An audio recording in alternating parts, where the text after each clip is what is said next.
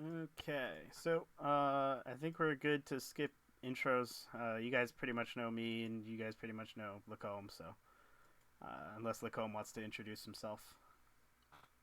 No, I think we're good. All right, so Lacombe, you're good to kick it on off into the first part here once we go through.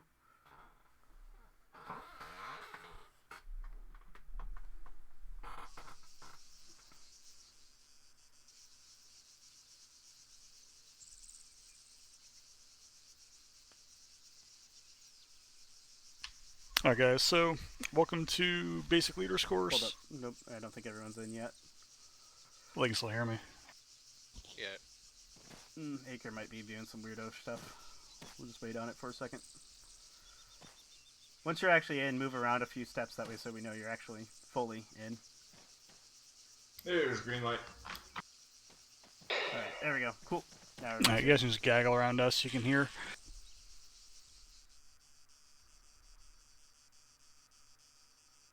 To teach you guys how to operate as a fire team lead in an infantry squad.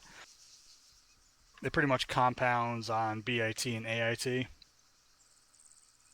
As far as ground rules for the class, standard S3 stuff. Have a notebook out and ready to take notes. We'll have some important points for you to go over.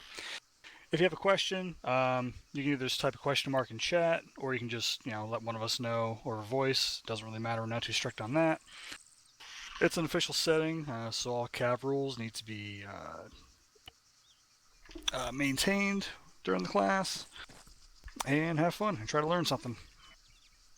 So, course objective again, this is to teach us how to operate as an FTL in an operational environment. So, what are we going to learn about? First thing we're going to talk about is parallel planning. Then we'll talk about controlling movement. We'll go over some critical equipment. We'll go over fire commands and how to use them properly. And we'll go over some react to contact at the end. So, why is this all important? So, the FTL directly controls the activities of the troopers under their command. Your ability to command has a direct influence on the outcome of the battle and the morale of their troops. A good FTL will inspire trust with his or her team and allows them to become a critical part of the success of any mission. Basically, when you're an FTL, think of yourself as one of the arms of the squad. Your Alpha team's the left arm, Bravo team's the right arm. You're controlling half of that squad, so it's really important that you guys can control the troopers under your command and help out the squad lead to accomplish that mission.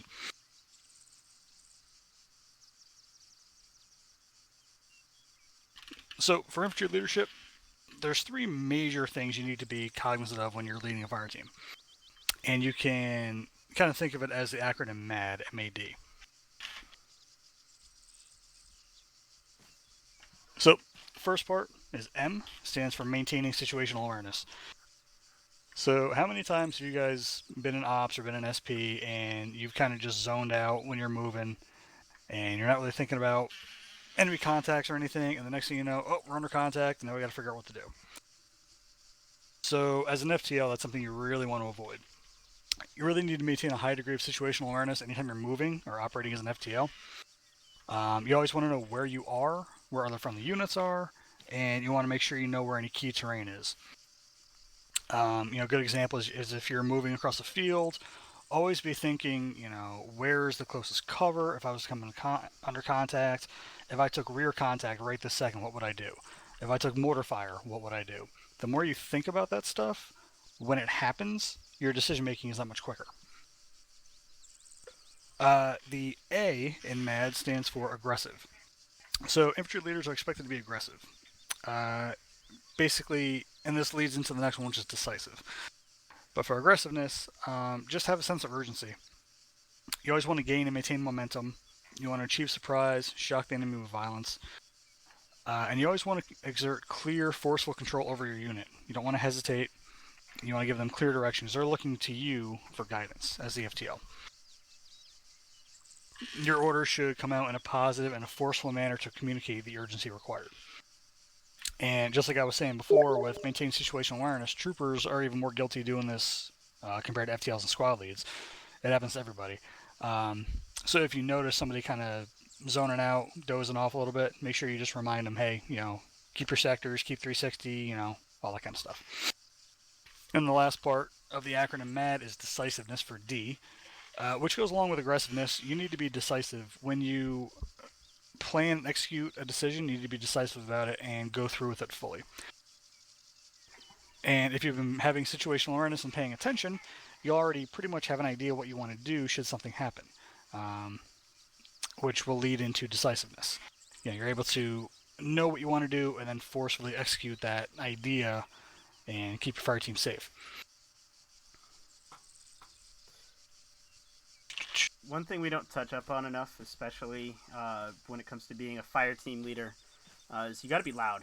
You need to be able to project your voice out to your squad members or to your fire team members, because when you're under heavy contact like that, utilizing the radio to talk to your fire team is not really an attractive option. It's something we don't want you guys to be doing, mostly because you should be close enough where you can talk to them in direct chat like this.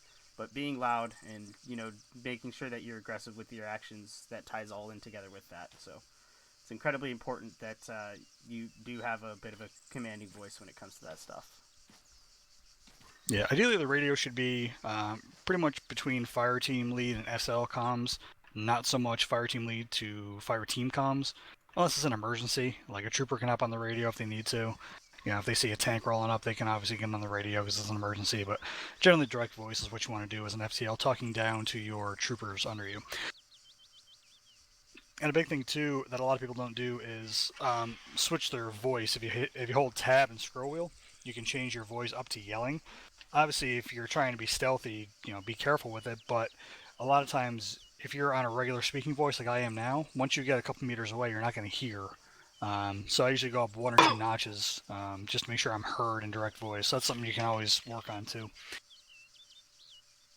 So first thing we're going to go over is parallel planning. Basically, what parallel planning is, all it means is when you have your squad lead getting their mission brief from, myself as a platoon leader, or wherever they're off getting their mission critical brief from at the beginning of an op or a section practice or whatever, the FTLs are also doing their own thing in conjunction with that SL. So they're not waiting for the SL to come back and then gearing up the fire teams. They're getting the teams ready to go. So when the squad lead gets their brief and they come back, the teams are lined up, ready to go, and they're geared up. Radio checks are done, all that stuff. The only thing that you might not be able to do is if the squad lead realizes that they need extra AT4s or whatever mission critical equipment that's specific to that mission, you might need to touch it up on the team level. But 90 to 95% of your fire team should be kitted out at the same time as the squad lead getting their brief. So that's what parallel planning is. You pretty much getting your team sorted while other elements, platoon, company, squad, while they're all getting their own briefs. So most of you guys already know this, but a couple things that you want to do when you're doing parallel planning as a fire team lead: get your team colored up. So traditionally, Alpha is red and Bravo is blue. Really important, always designate your second in command. Now, how an infantry team is kitted out is your Grenadier is by default your 2IC, because they're in charge of your other buddy team. So if you were to drop, the AR can just link up with the Grenadier and have a 3-man fire team. But you always want to just make sure that they know that, hey, if I drop, you're 2IC. It's really important. You also want to get your radios and your frequencies set.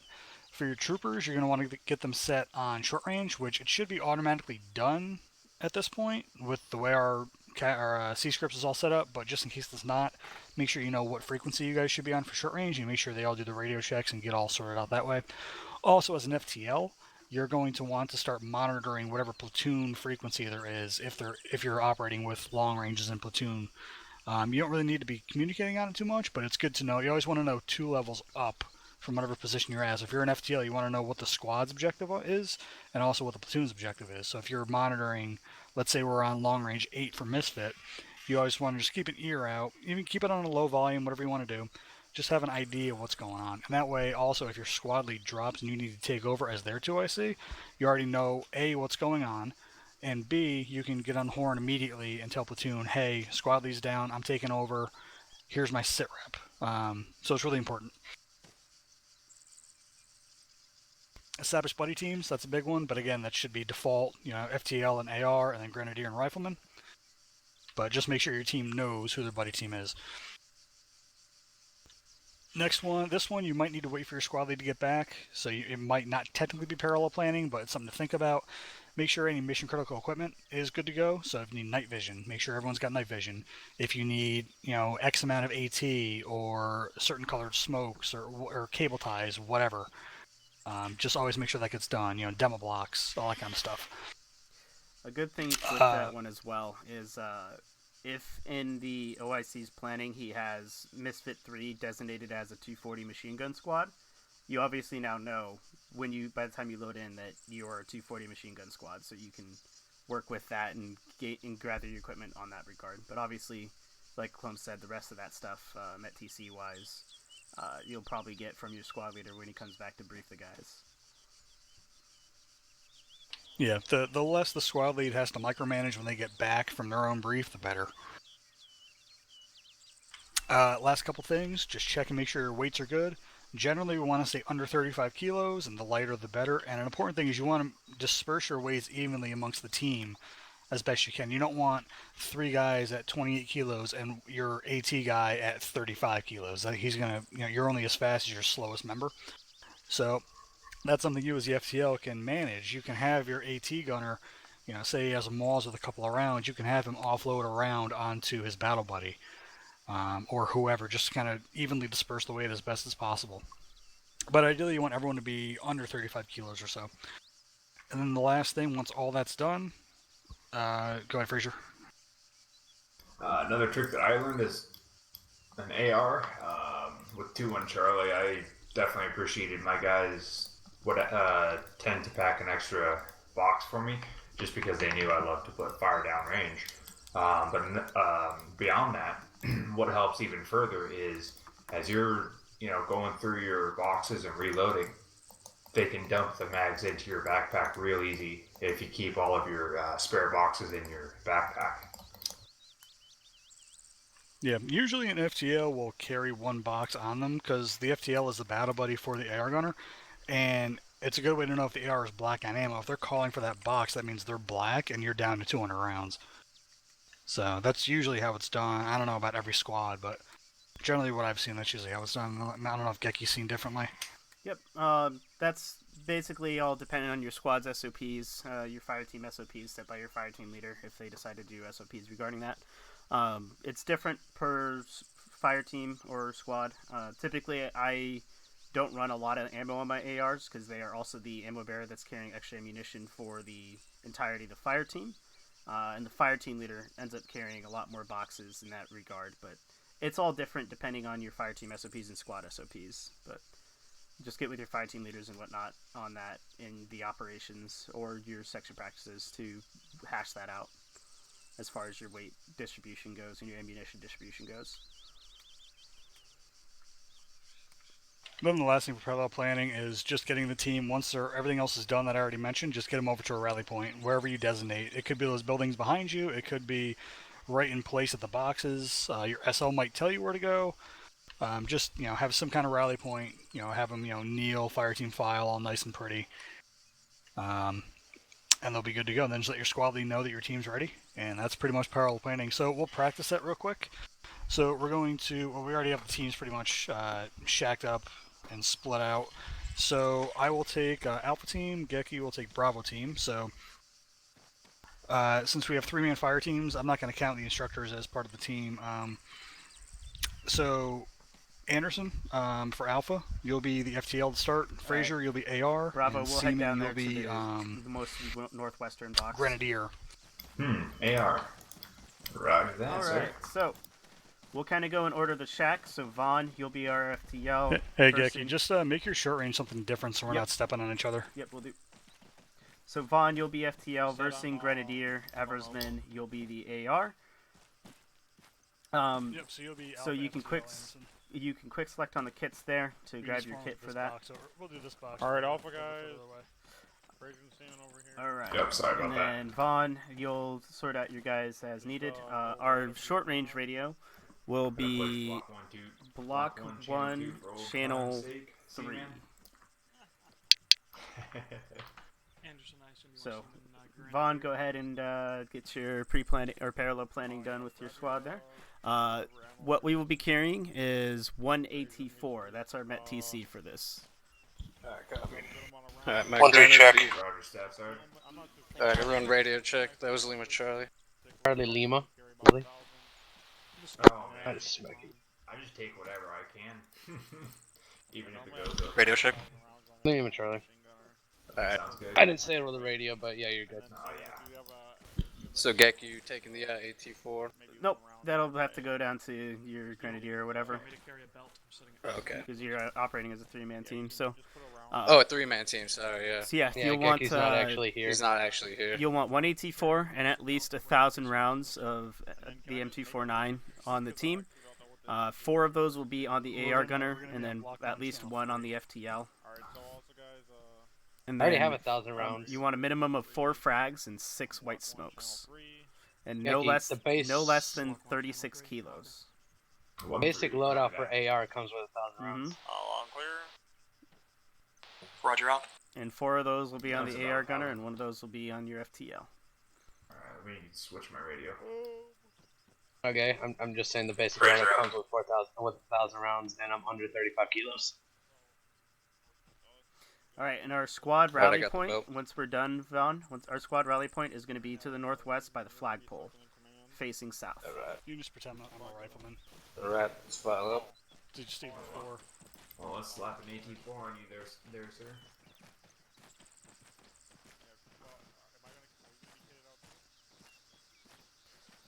All right, perfect. So at this stage, a good thing that you'll want to make sure that you do is obviously, and this is what really helps out to make sure nobody's hoarding a shit ton of ammunition. Ask your guys what their weights are. So, first thing, what's your weight? Then Eversman, what's your weight? So they give you a good number. That way so you can kind of average out the weights between your team. Alright. What do you at, guys? 37, because the AT4. And you? 32, because I didn't grab anything extra. Okay. So, obviously, right now you have Versing carrying a lot more than our pre-described weight of 36 kilos. So what we can do is you can offload some of that ammunition onto Eversman here, because he's at a lighter weight. This is why the automatic rifleman makes for a really nice ammo bearer. So, typically 5.56 mag stuff like that is what you want to offload onto him. Okay. Grenade 40mm grenade rounds if you absolutely need to, but yeah, that'll help you guys balance out your weights a little bit better. I'm at almost 34 with the belt. I'm at 35. Yeah, and I'm at 33, so There you good go. balance. Perfect. Alright, so we'll run that again here, and we'll swap it up. Versing as FTL. Vaughn, you'll take the AR. Eversman, you'll take the Grenadier. Oh, cool. Got it. Aye. So the most important thing as well is when we're at these boxes here, be vocal with your guys especially. Be like, hey, what are you at? What are you carrying? That kind of stuff. Our typical standard combat load is no more than 7 5.56 30-round stand ags, so keep that in mind as well. People carrying more than that are not doing just it right. barely. Eversman, you are here? Try. Yeah. So, Yeah, he Four, is. He is 3 a mags little will bit go confused. into Like, on his the other side, backpack. Metroplex for me, If he's so not we kind of share internet issues to help sometimes, distribute a especially little when bit. storms go through. You already got our radios checked. So what's your Uh, rate, Anderson? Do you have? we can are just you able rally to up take a at, box from Fraser? I don't know, let's just do the outhouse over there. Nope. Oh, our 36. I advise squad that we rallies another will be the radio same check when we location. rally. That's what. Flagpole in that And case. if he's too heavy, you can take That's a box fair. from him to lay My out. radio stays the same. Cool. It usually I'm resets. about 40 kilos. It's a little heavy. With But a good thing you want to get into I is used- the fire I team used leader to doing run that radio with check all the before he time gets you at the rally point. Charlie, and I never had issues, sir. With all due 1-3 respect. check. Lima Charlie. 1-3 check. Lima Charlie. Alright, let's go rally up to that flagpole. Flat. Right. That was a long ass timer. Alright. Perfect. There we go.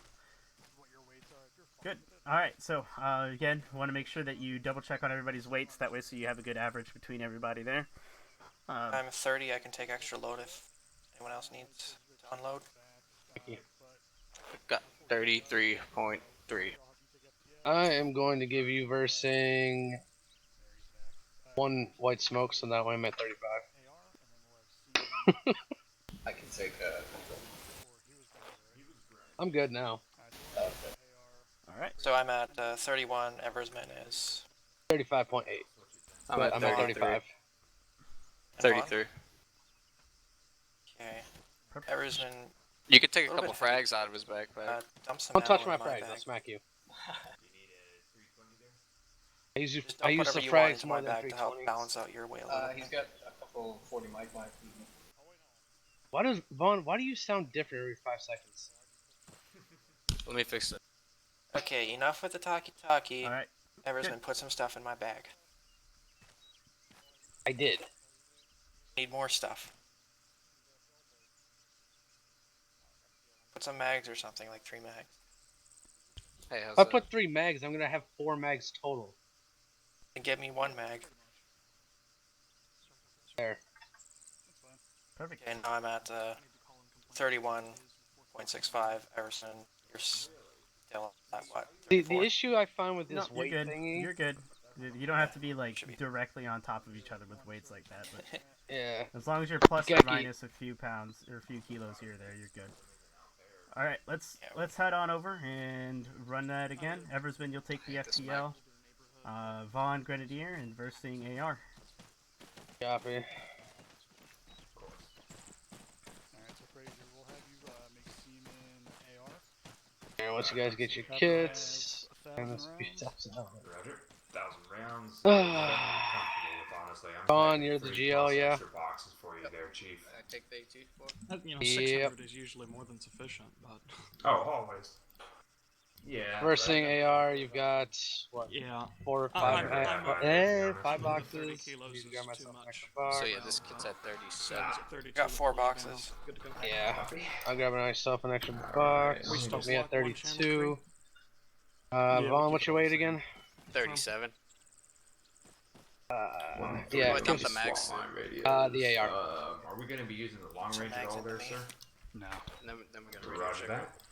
But if Yep. you're in an op, you'd want to at least just be monitoring it. So Once you guys done before, dump mags. a good thing to do before we get to the squad rally point will be checking our weights before we get there. So that way, Yeah, so that's we what I'm can checking weights yeah, now. we can check them at the At box. 35. 35. Alright. Versing, you're what? 34. 33. So we got 34? frequency Okay. set, we got our color I'm at set, 32. ammo should be Yeah, that's good enough. Alright, so 35, 34, So all you really 32. do now is just check weights, make sure 1 no one's 3, too radio heavy. check. You good? And you would do radio checks. Why are you in my backpack, Ron? Not too worried about it.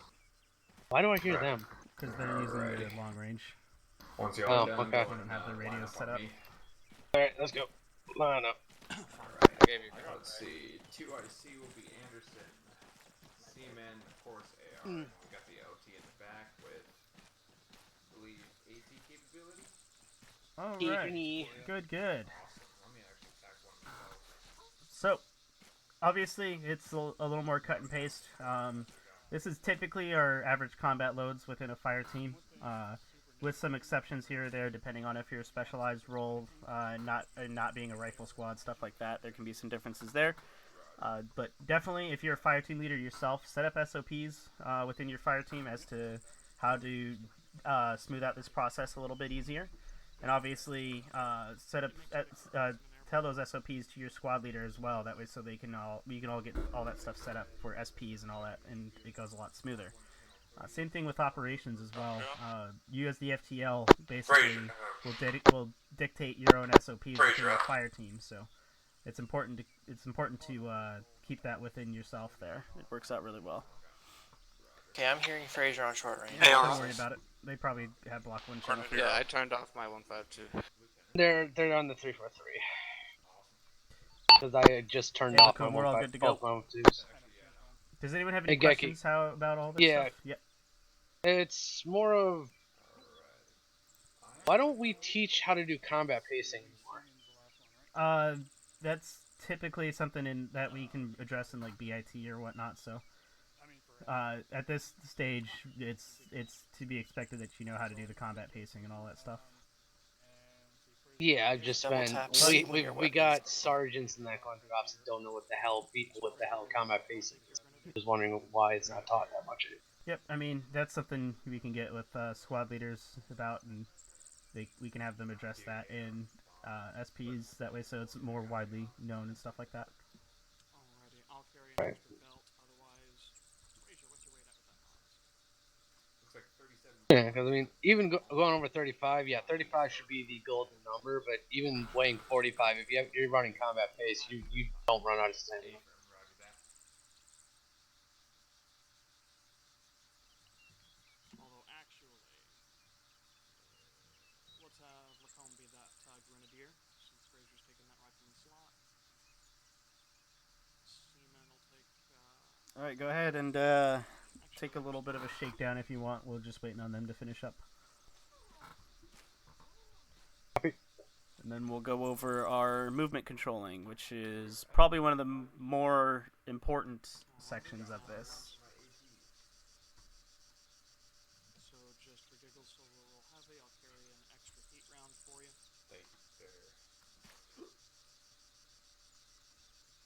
So we're rolling a little heavy. That's fine.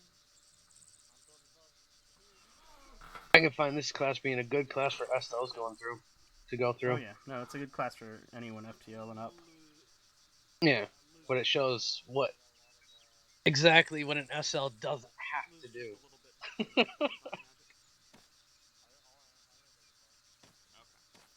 There's so many SLs out there that micromanage because they don't know that they don't have to. Alrighty. In that case, file up on me over here. Roger. AR in front. That was about sufficient. Remember, we're block one channel 3. So, real quick, Anderson, call your. Turning off my 343 for a second. Above you, then AR checking in. You can just call it over direct. We'll do the radio check proper in a sec. Sound is okay. A little heavy. Frazier, go ahead. Wait. Rifleman with AT capability 34.670. Oh, yeah, I'm grown, that's right. Awesome, and thanks for slipping up there. Lacombe, what's your weight at? I'm at 30. Alrighty. My weight is totally appropriate. So, FTL's radios are not configured properly, naturally. I'm just the special guy who has to wait till last.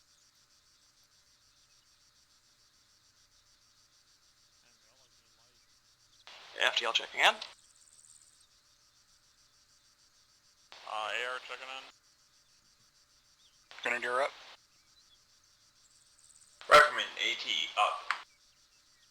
Alrighty, fabulous. Everybody good. Weight, colors good. Radios good. We're good. Wow, I actually got rid of those last Man, those ABS plastics, you know, they're quite resistant. Alright, good job, guys. So, we can go ahead and rally up over by that flagpole over there with the other guys. Well, I know an IRL is matter in game? I didn't think so.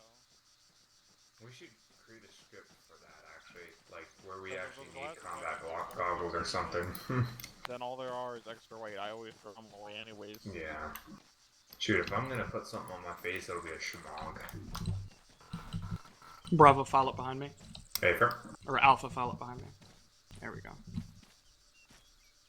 Pretty. Alright, guys. So, now we're going to look into how to control movement as an FTL. So, several of the things you'll need to do as an FTL are managing the formations of the team, moving along the order direction of travel, christening the ground, which we'll go over in a couple minutes, designating rally points, and controlling actions at halts and danger areas. Because as a squad lead, you know, they're going to say, Alpha, I need you to do this, or Bravo, go here. How you do it, or how it's done, is really up to the FTL. The squad lead is generally not going to care so much, and if they do, they'll tell you specifically. But a lot of this route planning and stuff, and controlling individual troopers, that's on you as the FTL. So for formations, that's one of the most fundamental skills an FTL needs to have. In most cases, you'll be moving towards a destination, but how you get there, again, is up to you. You need to use your terrain association and route planning to do it. Basically, it means that even though if there's a line on the map on your Android or microdagger, don't just blindly follow the line. Use cover, use concealment, and be smart about it. So, good way to get into this. If you guys take a look at your map, I've marked down RP Silver and RP Oak. So, there's two ways we could go across it here. We go from RP Silver and just, straight line all the way up to RP Oak. What's the issue with that? You're exposed. You're walking aren't up you the going side down of a hill, mountain. So all those people in Danger that village are crossing. going to see you. Mm-hmm. What else do we got? I heard the danger crossing reference, so we're gonna act like the roads aren't here for this one, just for the simulation of it. So we got a lot. Wait, of are we open going terrain. from oak to No, silver we're going or silver other to way oak? around, silver to oak. Okay. So obviously a lot of open terrain. What are the other issues here with this route, and when we, especially once we kind of hit up the hill? What's our We're main climbing a steep ass hill. Yep. Exactly. And Wait, we're going silver to Silicon. oak, or are we going oak to silver? Silver to oak. They've got oak's got the high ground. Mm-hmm. But we're going to this RP. We're not attacking it. This is just an RP we're going to. Oh, But what is the number one glaring issue about that climb on the hill we have there? And Vaughn's kind of pointing it out. It's not Too very well steep. concealed You go from through a Silicon. You'd these also- things. well, with that steepness, I assume that we'd be, going up it really slowly, which would expose us. Mm-hmm. And who remembers from BLN? What's a major terrain feature? And Vaughn is again pointing it out that we utilize in order to get up hills We're gonna come faster up and this easier. draw here. Deflates. Yep, there you go. You have deflates and you have draws. So It's you can forced to. your squad leader or platoon leader or whatever, while he says, "Hey, we're moving from RP Silver to RP Oak," he's expecting you as the FTLs to understand and know your terrain pathing and be able to get there in an efficient manner that keeps you guys concealed and in cover as much as possible, unless obviously the name of the game is to dominate the terrain, in which instance you want to be sure that you dominate the terrain, obviously. But that's what they're expecting of you. They're expecting you to understand that. Now, some platoon leaders, they'll obviously plan out a new RP, so, he might plan out an RP that is kind of in line with this draw. So you'd go from RP there to there to there to make it a lot simpler. But in other instances, depending on the situation, just follow your terrain. We obviously, at the FTL plus level, we have BFTs and we have microdaggers. But literally, being able to look out here and be like, huh, if I walk straight up that broad side of that hill, that's not a good plan. Maybe I should take this draw on the right here instead, where I have some cover and concealment. That's what's incredibly important about that. Obviously, utilizing your GPS devices as references works very nicely, but literally looking at the terrain in front of you is what will determine good navigating skills. Yeah, don't just blindly follow the dots. Like me as a platoon lead, if I'm coordinating RPs and stuff, I'll just just like you see there, I'll just put RPs there. But if you see better terrain within 20 meters, 50 meters, use it. Definitely with the routes, don't just follow straight lines. Like that black line would be a death sentence. This is actually a very relevant picture because I ran the op where we had to make this move. Granted, it was from RP Oak to RP Silver, and that blue line is pretty much the way we ended up doing it because there was no other way. So we had to use that little defilade across that road, and it worked. It was risky, but it was all we had. But if we were to take that black line straight down, yeah, it wouldn't have ended well because we had enemies in Celicano, and we just cleared out the outpost next to RP Oak, and we were moving to assault where RP Silver is, that little airfield. So definitely, at the FTL level, it goes down all the way to the FTLs. Make sure you're using your terrain properly and using cover and concealment all the time. It's incredibly important at the FTL level as well that you recognize your terrain features and you use them appropriately. Because we can all look at a map all day, but actually being able to recognize it out here and utilizing terrain association, that's what is incredibly key there.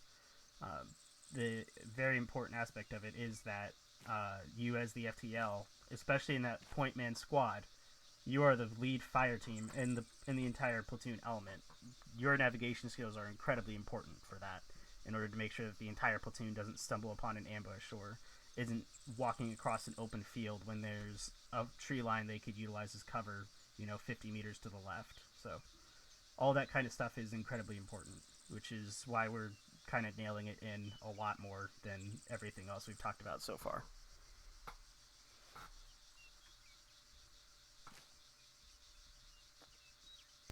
So going off of that, we'll talk about bounding a little bit.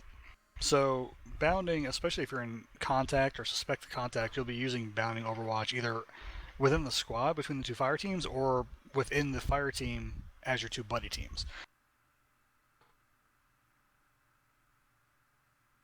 Basically, when you want to bound from point to point. You want to make sure you're using good cover and concealment at all times, and make sure that when you're in that good cover and concealment, that you also have a good field of fire in the direction of likely enemy advance or contact. But by far the two most important parts of that are cover and concealment. And ideally you have good fields of fire while you're in cover and concealment. The squad lead will have the fire teams bound in a way that makes sense given the terrain. And it can change from bound to bound depending on the terrain and what cover is available. Be it, if you're in a dense forest, with a lot of low rock walls and a lot of cover, that's much different than a wide open field like you saw on that map before. Basically, when you're bounding, unless you're under direct fire, you don't need to be double timing it and rushing all the time. Just move forward in a logical speed. But that goes both ways. If you're crossing an open field under fire, next thing, now you're telling your fire team, hey, pop a lot of smokes, double time it, we got to get across this field.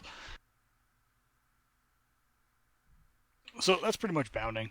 Just basically be smart about it. And this goes back to that acronym MAD before.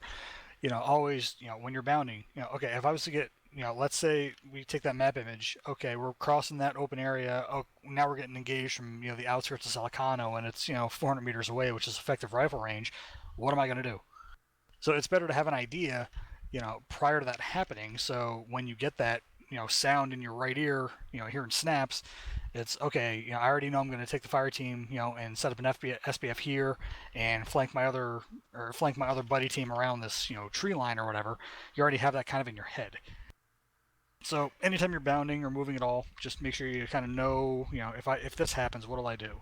If this happens, all right, what about if that happens? What will I do next? Instead of getting surprised by it. Next thing we'll talk about is christening the ground. This is more when you're set up at like an RP or an AP or something like that. Not so much when you're moving. And we'll practice this in a few minutes. It's just setting up target reference points. Yeah, if you have a road 500 meters and it's the only road in the area, you can say, okay, team, this road, it's 500 meters. That way they know if they see a target a little bit in front of it, maybe 450 meters, they have an idea of how far it is. Or, okay, there's a wind turbine there. It's, bearing 346, and it's 250 meters out. And we'll call it windmill, or turbine, whatever you want to call it. It just makes things a lot easier, but we'll go over that more in a few minutes. So, rally points. We got a few rally points marked on the map that Geki marked. We got RP Silver, RP Oak. They're pretty much arbitrary points. Designated by SLs or HQ, pretty much just signifying where the element should go. And basically what they are is they're outside of small arms range, 500 meters, a click or so. They can be closer if there's no chance of, if there's like really hard cover or something, you can have them a little closer, but generally they're outside of small arms range. And basically it's a place where elements can do a short or long halt, gather up, get situated, and then start moving to their next objective. Some things with rally points, they should be easily recognizable. They should have decent cover and concealment. Like, at Hill 101 where that outpost is on the map next to RP Oak, if we knew that was vacant, that would be a good place for an RP. If it was enemy controlled, maybe not the best place for an RP. It should be away from natural routes of travel, and it should be defendable for short periods, which you can also augment by having your team dig in trenches if you're doing a long halt. So, a good thing to tie in between christening the ground and rally points is christen the rally point as well. when you're moving with your fire team, or if you conduct a short or long halt before you reach your rally point, translate what you see on your maps and what you see on your microdaggers and your Blue Force trackers. Translate that to the rest of your team by pointing at it for them. So, for instance, I could easily tell you, hey, reference road, left side of road in the tree line. That's going to be where RP silver would be, if that's where I move the RP to. And then we could say, hey, reference, the outpost, about 100 meters left of the outpost on the other hilltop. That's where we're going to have RP oak. So now you have RPs that also work as target reference points as much as rally reference points. So utilizing that will also make sure that whoever your 2IC is knows where on the actual ground they're moving to instead of just on the map. So if you end up going down, the rest of the fire team can pick up and move to that RP, regardless of you knowing where it's at or them knowing where it's at, because now everyone knows where it's at. Keeps your team in the loop as well. So being able to utilize RPs and christening your RPs to let your team know where they are looking at is important. So next thing we'll talk about are halts. These are really quick. You guys should know this from earlier courses that you've taken. So you have a short halt and a long halt. Basically, a short halt is your team will take a knee and generally just kind of hold there waiting for further orders and take whatever cover and concealment is, immediately available. A long halt, definitely you're going to fan out a little bit further. Find cover, find concealment, go prone if you need to, dig in. It's definitely a more, just like it is, it's a longer halt. Yeah, and which one you'll do will be dictated by your SL. And a big thing at either halt is always maintain your 360. As the fire team lead, you control all the troopers under you, so you need to say, hey, Grenadier, watch northeast. And you can do christening in the ground. You can do all that stuff at halts. You can say, hey, that valley right there to the northeast is 300 meters. Prep your 320 for 300 to 250, whatever it is, in case enemies walk up there. It's easy to start an assault on them.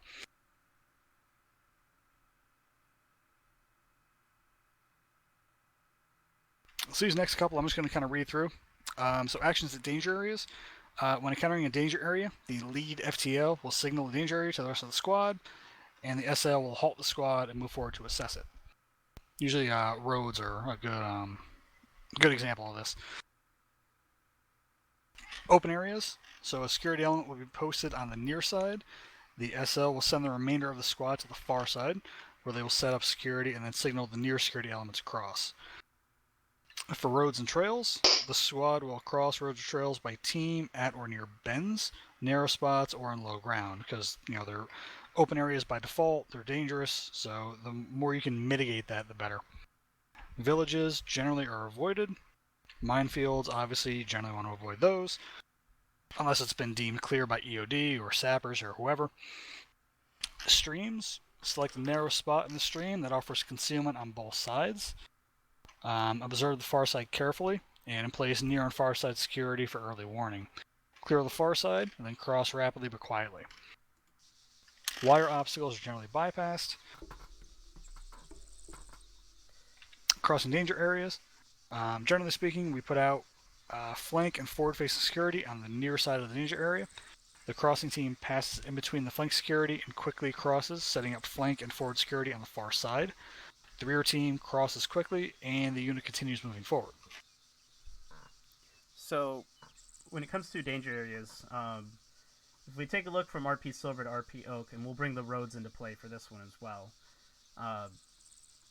we have a couple different ones. We have a linear danger area, which is obviously our roads, but we also have our open danger areas. And there's two types of open danger areas. There's a large open danger area and a small open danger area. Now again, you as the lead fire team, leading the entire platoon, if we're going from RP Silver to RP Oak, it's a good habit to call up to your squad lead that this, in its entirety, is a large open danger area. Now it's not, obviously it's a large open area, But the reason it's called a large open danger area is because we have to cross it. In a small open danger area, we do not necessarily need to cross it, and we can bypass it. That's why we call it a small open danger area. In a large open danger area, we have to cross it. Now, the reason we're specifying this entire area and not just, the 2 roads is because this is all obviously open terrain. There's not a whole lot of cover. There's maybe a building here or there, and that's about it. So while, yes, we have the LDA that we want to make sure we utilize, the more important aspect is this is all open terrain. So we need to make sure that we utilize what we just talked about when it comes to crossing danger areas to the effect of the entire terrain and not just this single road. Don't get focused on it being just a road when you are literally walking in an open field. So keep that in mind as well.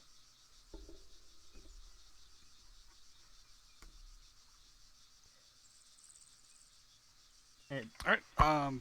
You got something else, Kagi? yeah, typically when it comes to large open danger areas and small open danger areas, whenever you come across one, conduct a short halt as that lead fire team. Call it up over your radio. Work with your squad lead and figure out if it is indeed a large or small one. Can you get around it? Can you not? And then squad lead will communicate up to platoon about the change in movement in order to avoid the open area if we can, or if we have to set up a danger crossing through the area. That's all I got. Alright, so last thing we'll talk about here is mutual support, and this is huge. It is applicable, just like bounding, it's applicable to all the way down to the buddy team individual level, all the way up to the division level. Basically, mutual support is you want to make sure that you are in support of your other fire team. Or inside the fire team, you want to make sure that both of your buddy teams can directly support one another. And like me as a platoon leader, I always want to make sure my squads can support one another. It goes up as high as you want it to go.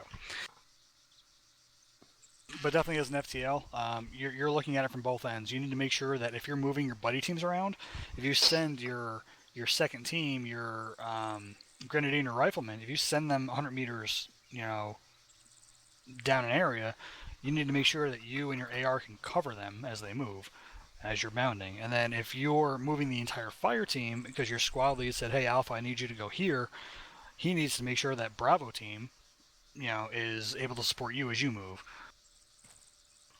So that's pretty much mutual support. The biggest thing about mutual support, and this ties directly into what we talked about earlier about the radios and how you have to be loud as an FTL in your direct chat. If you ever run into a situation where you're calling for a sit rep from your fire team over the radio, you are not in mutual support of your fire team.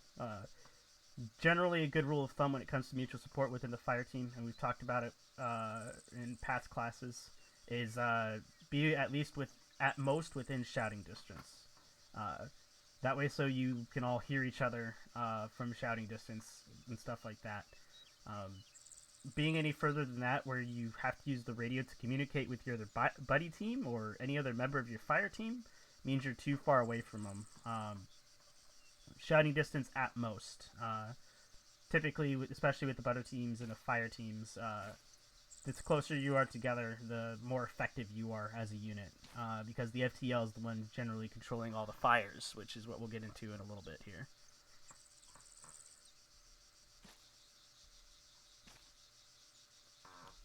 Yep. Alright, so what we'll do is we'll have you guys teleport to the small arms range, and we'll go over how to actually do some fire commands. Alright. Good to go. Yep, let's go ahead and teleport over. I wish I could say first this time as well, but I was tapped out.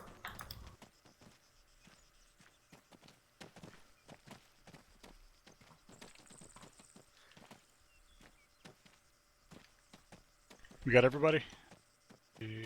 2, 4, looks like 6. I think we're good. I'll pop back there. And Okay, so fire commands are... Yep. Yep, we got everyone. So basically all you're doing as a fire team lead when you're directing fire, you're taking those 3Ds and you're assigning them to a person. So, Anderson, you're a tanker. It's very similar to being a tanker. I used to be a tanker too, so I know how it is. You have, gunner, sabo, tank. Same thing with being a fire team lead. So, first thing you want to do is alert. The alert is basically telling what member of the team or the entire team what's going on, or who's going to be executing the fire command. So that could be team, if you want your entire team to engage something. It could be AT4, if you want your rifleman to whip out the AT4 and engage something. It can be grenadier. It can be AR. The first words out of your mouth as an FTL when you're giving fire command should be who you want to do that command. And then after that, it's your 3Ds. So it could be gunner, 11 o'clock, 200 meters, fire team in the open. Or it could be, AT4, or rifleman. You can say either or, but, AT4, BTR, 100 meters south. And then the last part of the fire command is just the actual permission to fire, engage, fire, at my command, wait, fire, whatever you want to use. A few things you can do to help that. As a fire team lead, your job is not so much to be engaging the enemy. Once you get to the fire team lead level, it's more to be directing weapons underneath you. But what you can do is you can help mark targets. If it's night, you can use your laser des. You can range for your team with your vector.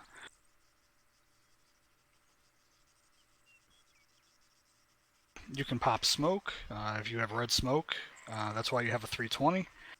Also, your grenadier can pop smoke, colored smoke on the enemy positions. Be careful with that, because air crews will get confused if you use certain colors of smoke.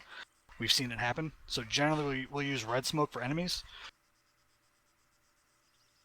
You also have tracer mags. So if they just aren't seeing, if you pointed and you gave a cardinal direction, you gave a bearing, you gave a TRP, hey, it's at that windmill, which you already christened before you got into that conflict. Windmill, reference that, 50 meters east, or 50 meters right, whatever, and they still don't see it. All right, on my tracers. Seen? Seen. Okay, engage.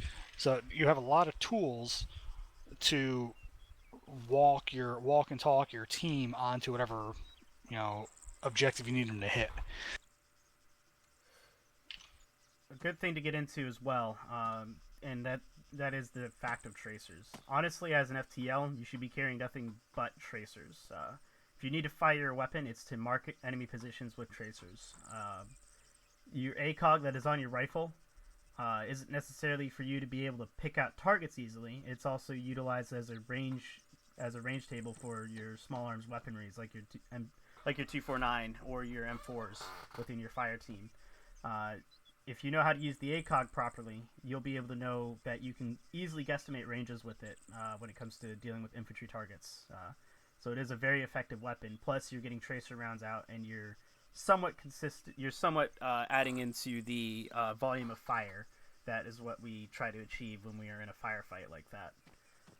So the ACOG works very effectively, and it keeps your weapon in the fight should you need to fire. Like Lacombe said, you do have a grenadier. You do have an M320 yourselves. You can utilize your own M320 rounds to specify target locations and whatnot by splashing rounds out there as needed. And then you can direct fires onto that smoke plume that it causes. You also have your, like I mentioned, the ACOG. The Vector 21 you really only super need if you're dealing with stuff like the AT4. Everything else, like the Grenadiers and everything, just guesstimate it with your ACOG. Typically, that's going to be your best friend in those instances. Outside of that, we do have a different loadout for the machine gun squad leads or any other squads that aren't a rifle squad, where it's going to be just a rifle. You're not going to have the 320 on it, and you'll actually find it more beneficial in those instances due to what you'll be carrying. But same sort of spiel. You as an FTL are designed to mark targets with your rifle and with your M320 and with your own pointing. When it comes to the Aldo, you are now the one giving the Aldo, like Lacombe mentioned. So it's incredibly important to be more creative with the tools that you have when you're in a firefight in order to mark targets for the rest of your team. And generally, if you're not talking in a firefight as an FTL and constantly telling your team members to be doing something, you're doing it wrong. it's incredibly important to always be on top of your team members and give them directions of fire and where you want them to be engaging stuff. It'll really prove the volume of fire that you can put out there and really show just how powerful a single fire team can be in an instance.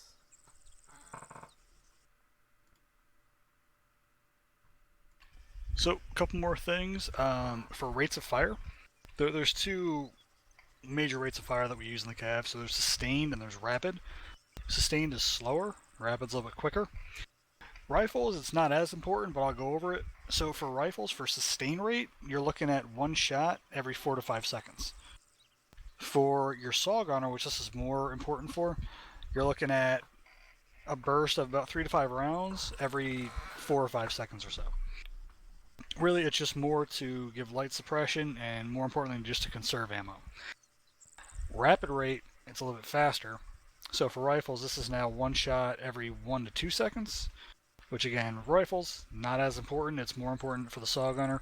For the saw gunner, a rapid rate now is a burst of 8 to 10 rounds, so about double the rounds is sustained every 2 to 3 seconds. It's more rounds in a little bit less time. That's something as the FTL you can control. You can have your team say, okay, team, bring it down to a sustain rate, or let's up it to a rapid rate. And then the other one that you'll hear a lot is scan and shoot. That's pretty self-explanatory. After the major contacts have been taken out, you can say, okay, team, switch to scan and shoot, which is basically they're just scanning their sectors and just popping any targets that they happen to see. But really trying to conserve ammo at that point. So something, if you guys have taken infantry heavy weapons, something that's incredibly important in relation to that as well is just because you as the AR don't technically see a target out there doesn't mean you can't suppress it. For instance, some dude hides behind the corner of this building out here to the north. If we just tell our AR, hey, suppress that corner at a sustained rate, he can continue that engagement and pop that guy's head if he decides to pop out, or it allows for another team to maneuver. In the Cav in general, we have a really bad habit of not firing our weapons at stuff that isn't flesh. When in regards to it, we utilize our weapons fire as a way to confine enemy movements as well. So that's something that we want to get in the habit of too. So fire team leaders, when we're doing this exercise, when we do the exercise here on the range here, just keep that in mind as well. Be a little more creative with it. You can obviously engage the targets, but have some more creativity to it. Of hey, there could possibly be guys in this area. Why don't we suppress that with the AR? Stuff like that.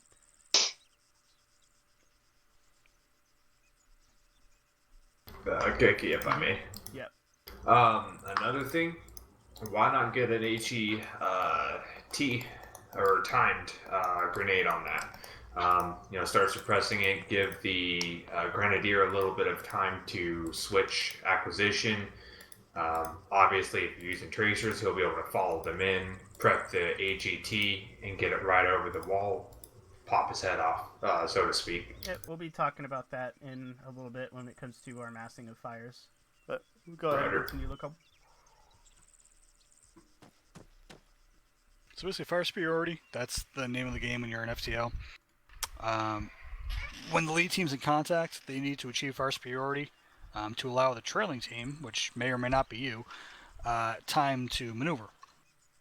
Basically, all fire superiority is you getting more lead down at them as they are at you and suppressing them to keep them fixed, so you can have a tactical advantage, and the trail team, let's say it's Bravo team, can maneuver and actually destroy them. So, like Fraser mentioned a little bit, this ties into massing your fires. A great way to achieve fire superiority is to mass your fires at the beginning of the firefight. Get your 40mm grenade launcher in that fight as quickly as possible. Same thing with your AR.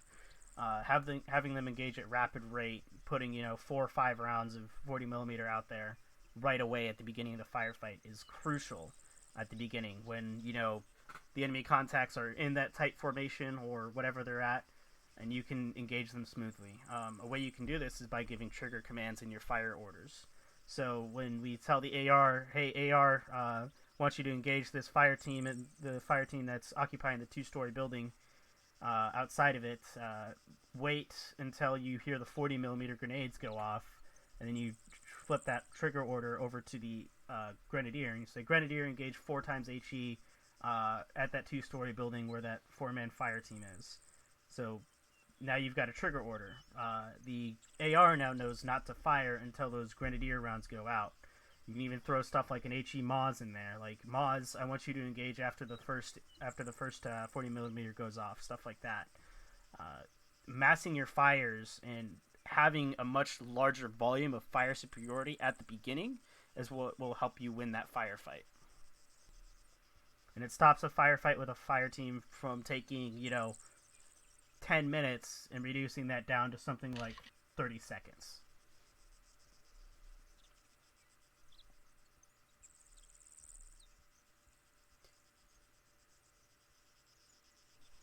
Lacombe, I got an AFK for a few seconds here. I got some people over I gotta talk to you real quick. Okay. Let's see, where's the other range? Let's see, there's one back there. Okay, so, team, I'll have you guys go to that far flagpole to the east. Oh, Lacombe, try to keep them together for this one. Yeah, just kind of have to simulate somewhere up here, because obviously I'm not going to be able to help them out, so we'll want to keep them together to coach them.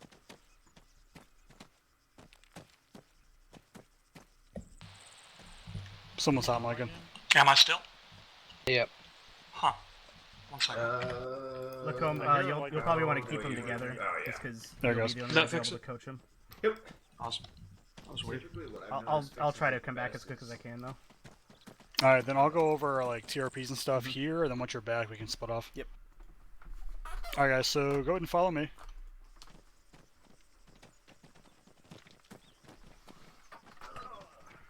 Alright, so if you look out onto the field here, so if I was going to start christening the ground, it's basically interchangeable with target reference points. I just go with TRPs. I don't usually use christening the ground too much, but it's basically the same thing. So if we're here, and I pull out my vector, and I index on that turbine right there, or that windmill. Of course I have binos. I thought I had a vector. Oh well. 502 out, sir. I think it's about 500. Yep, about 500, sir. So, I mean, if it's, usually what I'll do is I'll round it. So I'd say about 500. Even if it was like, 480, you can say 500, 450, because, I mean, they're not going to be really, unless it's your AT, they're not really going to be ranging it too much. And your Grenadier is going to be splash anyway, so it's not super important that you get it right down to the money, especially when their zeroing is by 50 meters. But this is all you're doing, so say you had your team on these, dirt mats here. You can say, you can make it as accurate as you want. You can say northwest, reference the windmill, 500 meters. We'll call that windmill. Or you can give a bearing if you want to be more accurate. So it would be bearing 340. And then you always want to challenge your team. You want to say scene, and then they'll come back with scene. That way you know that they know where it is. If they don't see it, they should say not seen, or or I don't see it, whatever. Some kind of negative remark. Then you can talk them onto it more. And that just makes it easier. So next thing you know, if you have a contact near that windmill, say they're in the trees just down the hill directly to the front where that that rock is, instead of calling it out and giving a bearing and all that, I can say, hey team, reference windmill, drop 10 meters, fire team in the open, MG engage. It's just quicker, and everyone knows exactly, they can snap to it much quicker. So another TRP I can give you is that ruined house right there. So there's only one house. Well, actually, are there more than that? There's more to the right. No, I think just the one. There is one towards the northwest, sir, but there's also one to the direct north. Oh yeah, I see that. And then that little rubble house there, sir. Yeah. So let's take those ruins over there. So that's the only one that's clearly destroyed. I mean, the one to our direct front's got some damage to it, but that one's really destroyed. So that one to the northeast, I could call that ruins. So now I've got 2 TRP. So I've got windmill, I've got ruins, and it makes it a lot easier. So that one to our direct front, we'll call that house, even though there are other houses, they're kind of outside of our cone of fire here. So we'll call that house. It's about bearing 015. I don't have an exact range on it, but it's probably about 300 meters out. So if you guys see that BTR right next to it, so if that BTR rolls up and it's parked right there and it's about to engage us, let's say we're engaging that fire team that I called out before with that windmill, and I see a BTR, or anybody sees a BTR, I can go, oh, there's a BTR there. AT4, reference house, left 10 meters, up 10 meters, or however you want to call it out. That's up to you as the FTL. Just the thing is, you want to keep it as concise and as clear as possible. BTR in the open, engage 1 times AT4, and then he'll say scene, and then you can give him the fire command. So it just speeds everything up. The longer you're going to be in a position, like if you're going to be camped out here for a while, you really want to get some TRPs going. If you're just doing a short halt, you might not have time, or you might only be able to get 1 good TRP. But definitely, the longer you're going to be in a position, the easier it makes your life if you can get a couple of TRPs going. Something to get into as well, especially with TRPs, is do them while you're on the move. Especially like the more prominent features that we see out here. Hey, as we're moving, hey, see that windmill off to our front left? We'll call that windmill. And then just right alongside the windmill here, hey, we got this road coming out here. We'll call that road. This is all stuff you can kind of do as you walk, too. Obviously, you're kind of looking out for other stuff, but it kind of ties into everything else we talked in, too, especially about TRPs, reference points, rally points, etc. Because how easy can it be is as we're walking and we're going towards our next rally point, if I say, hey, our rally point is right of the windmill, reference kind of the break in the trees there. That's where our rally point is. Boom. Now everyone knows where the rally point is. We have an additional TRP being the rally point. And we've referenced, obviously, the windmill as a TRP. So, getting some TRPs out on the move, especially the easier ones, will really help you, once you get into that short or long halt, it'll really help you facilitate some more in-depth TRPs when you're in a position. So keeping all that in mind is good, too. One thing I would highly recommend too, especially once you get up to the FTL level, is bind your point key to something quick you can access. Like I have mine bound right next to my fire button, which is kind of dangerous because it's next to my left mouse button. But now I can be on the move. I mean, I can't hold Alt while I do it, which is my push to talk, but I can move around and point, which is by far the quickest way to get somebody on target. And then if you need to, you can bring out your compass and get a bearing and really walk them onto it. But, if I see that BTR, boom, there's BTR. Oh, okay, I see it. Just makes your life a lot easier. A good thing as well, and something a lot of people kind of get wrapped in their minds, is the compass is all right. Northwest, southeast, etc. That's all cool and all. But your direction of travel works just fine as too. So if we're all moving north, and, some dude pops up to the left side here, hey, contact front left. Everyone kind of focuses in on that front left area, and now you can get people online facing towards that front left. Sure, we could call that northwest if we wanted to, but not everyone will have a shack tack, stuff like that. Some people like to turn it off for the immersion's sake, etc. So being able to find the most simplest method of identifying a target location, and then as the firefight progresses, specifying that down into areas is important. Yeah, you can walk them in as it goes on, as you have more time to sit there and figure it out. So you want to split them off, Geki, and we'll start practicing this? Yep, so Bravo, we're going to head down here to the east, to the red flagpole that you see there. And then Alpha, you can just stick with me. So who is FTL right now for Alpha? I guess Steven will have you go first. We don't need to do any parallel planning, really. Just make sure AR's got, just a basic loadout. Come on, boys! Then you can either do Grenadier or AT4, doesn't matter to me, for your last I used the least. I was binding keys. Alright. So here's our pads that we got here. They're a little bit awkward, but we'll work with them. There's 3 of you, should be fine. Who do I have as the fire team leader right now? It's Eversman. Aye. Okay, so what we're gonna do here, and it's incredibly important, obviously, is set up your TRPs first. Each one of you will be setting up TRPs. Basically, our cone of fire is gonna be from this and from the large communication structure, all the way off to the right side village. Hey, Geki, I'm gonna try to have everyone through in about 15 minutes. Is that even in view of this guy? Just barely. So that's our cone of fire for what we've got here. Everyone will set up TRPs, and the incredibly important thing to do as an FTL is being loud. Like I mentioned before, especially when all these rounds are going off, being loud is incredibly important when it comes to that. And also, getting up right next to your guys, too, to reference them via pointing or seeing where they're shooting, it works out very well, too. So, especially with the AR. So, being on top of all that stuff is incredibly important for whenever we're FTLing. So, go ahead and pick up some TRPs, and then have your guys start engaging some target areas. Alright, we'll start with the basic 3. No, I didn't point. Radio tower. TRP-1, radio tower. It's 500 meters. About 500. Second one will be the ruined building. Ruined construction building. It's 320 to be exact. Go. And all the way over at the village is 550. Can I get another point?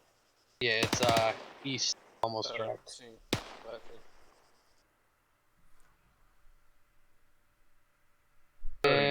Doesn't matter how many TRPs we set up.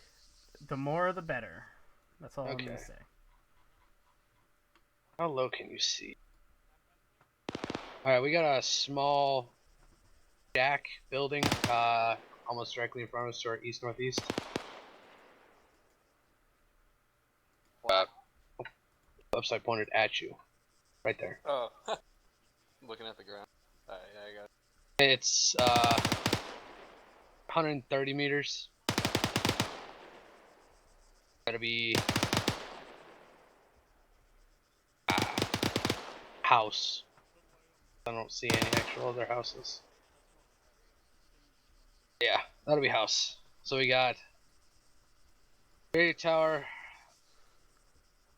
ruined construction building, fucking A, house, and village. Copy on the 4 TRPs. I'll take that as a yes since you cut out. Yep. Okay. What's the name of the destroyed one? You? Not the house. That one? Yeah. We'll just call it ruined building. It's just easier than ruined construction site. So yeah, ruined building. Yeah. Alright. Alright, cool. So get you guys go ahead and start getting to engage some targets, control their fires as the FTL. Alright. We have no AT, do we? No, we don't. Okay, so we'll ignore that for now. I dropped my rocket. Alright. Grenadier, reference ruined building. Need the range again, or are you good? Nope. Want me to open fire? Alright, I need 3 HE left to right of the building. Permission to fire? Brandon, go ahead.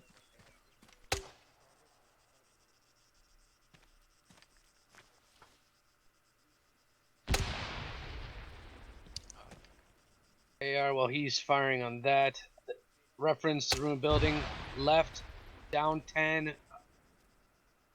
Round's complete. 4 infantry in the open. Eyes on. Alright, I need sustained burst going from right to left of the infantry squad. Copy that. Cleared fire. Yeah, cleared fire.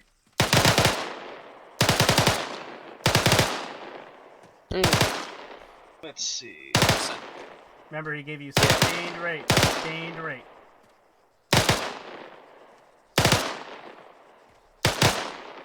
Alright, Grenadier. Let's try and find you another target real quick. Alright, let's say we have some infantry coming out of the woods over down the hill from the radio tower.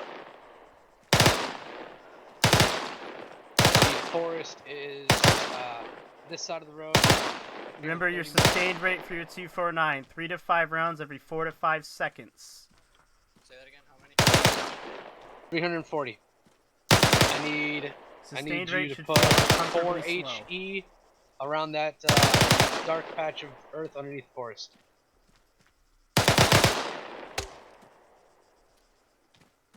Alright, AR, go ahead and lift fire.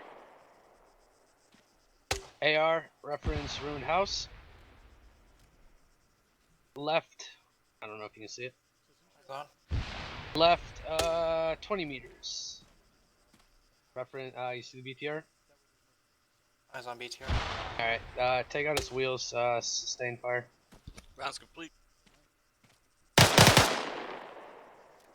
Everyone, try to get your guys engaging the same target so you can practice massing their fires. Yeah. No. Grenadier. What's the range? Reference house. Left. And then just have them 20 and then it'll be BTR. final engagement. We'll swap it out. Alright, range for the BTR is 150. Give me 3 HE left to right.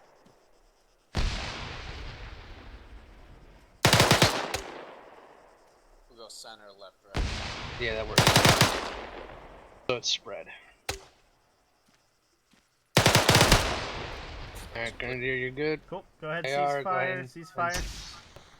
All right. We'll swap it up here. Versing, grab a fire team leader. Roll it out. Eversman, grab an AR. Actually, Vaughn, grab an AR. Eversman, grab a grenadier. First thing, you want me to grab AT or Yeah, I just get one AT4. copy that? All right. Just kind of go through the TRPs a little bit quick, and then proceed on with the engagements. DRPs are same as last time. You know the radio tower. Yep. Room building, house, and 500 meters. Ruined construction building. 318, so 320, and then the destroyed house, which is at a range of 130.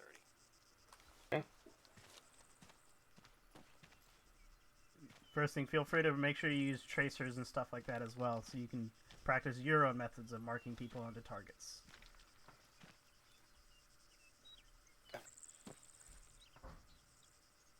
Alright, you're good to Team. fire. Reference, small destroyed building, left 50 meters, 1 times BTR.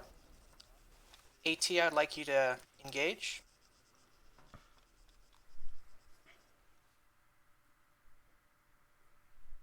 Fire.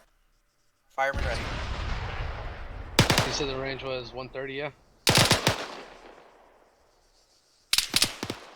Range 157 from my position. That 157.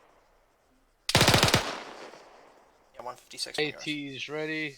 Clear back left. You're clear? Alright, ready to fire one side. Fire. You're free to fire. Grab that. Rock it out. Nice hit. Dismounts in the open. Yeah, we got dismounts in the open running through the river.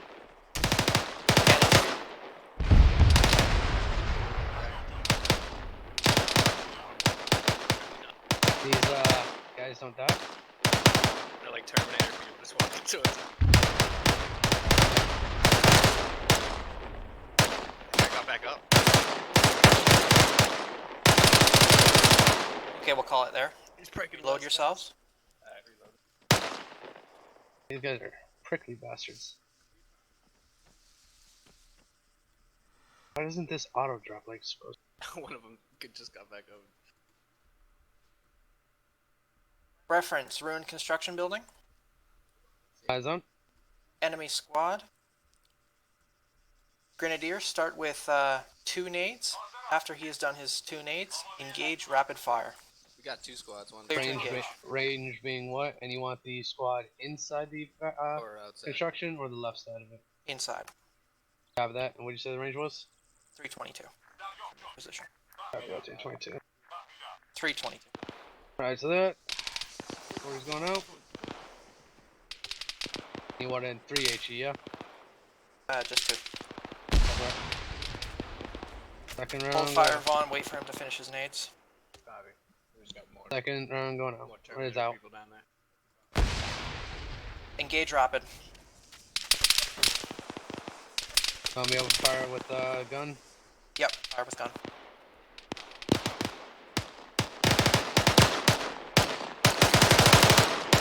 Alright. Now with that engagement, we'll have the ceasefire.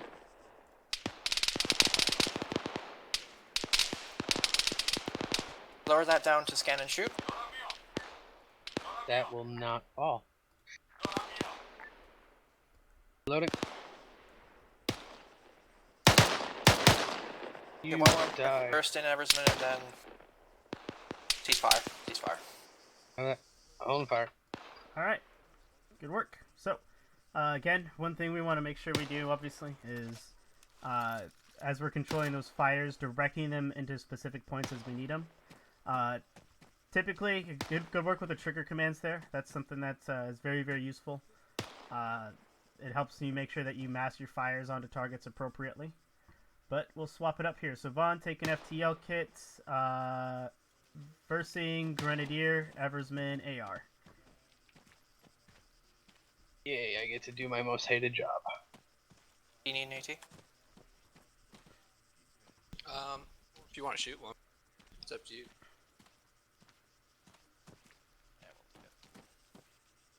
Alright, we got the same tip for you. Let's do something. Let's do the village though. Alright, you guys ready?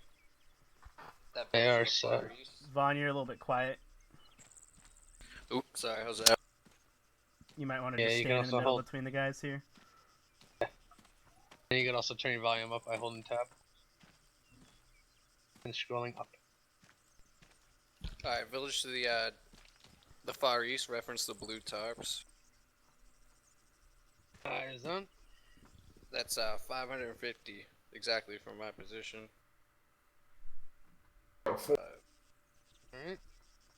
Let me get fire is gonna be directed on my tracers, and just open up with 3 HE rounds, and then switch to sustained rate pack they're gonna do, and then give me sustained suppressing fire right now, Eversman. Blue tarps. Right now. Advise we're maximum ready range on to this go thing up. is 350 meters. I can't go any higher than that. Yeah, just shoot. All right, then join us with the sustained rate suppressing fire on blue tarps. Time.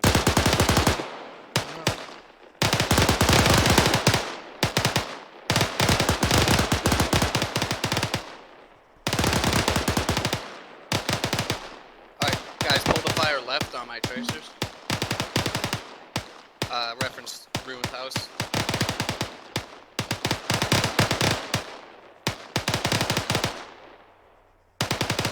Low. Alright, switch to rapid.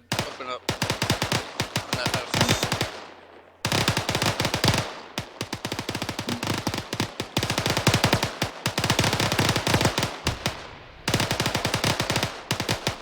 We're gonna switch to the radio tower on that hill. AR Some reloading. HE out there. Reload. The very base of the tower, you can flag upstairs. And at the bottom of the hill, there's no buildings down there. You can pretend there is. 350. Reference the forest. Ever since that's the one you showed. You know, shooting at that. Is this south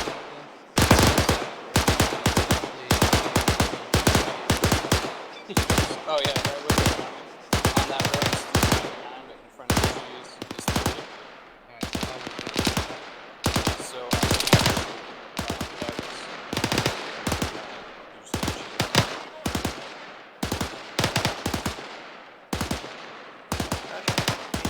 if there's no targets, I'm just gonna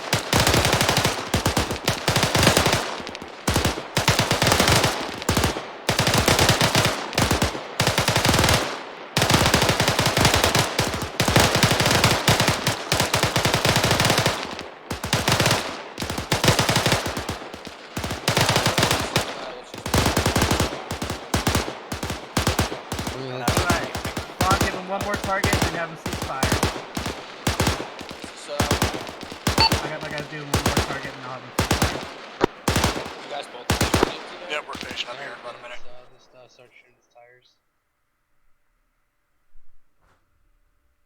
We'll just pretend there's just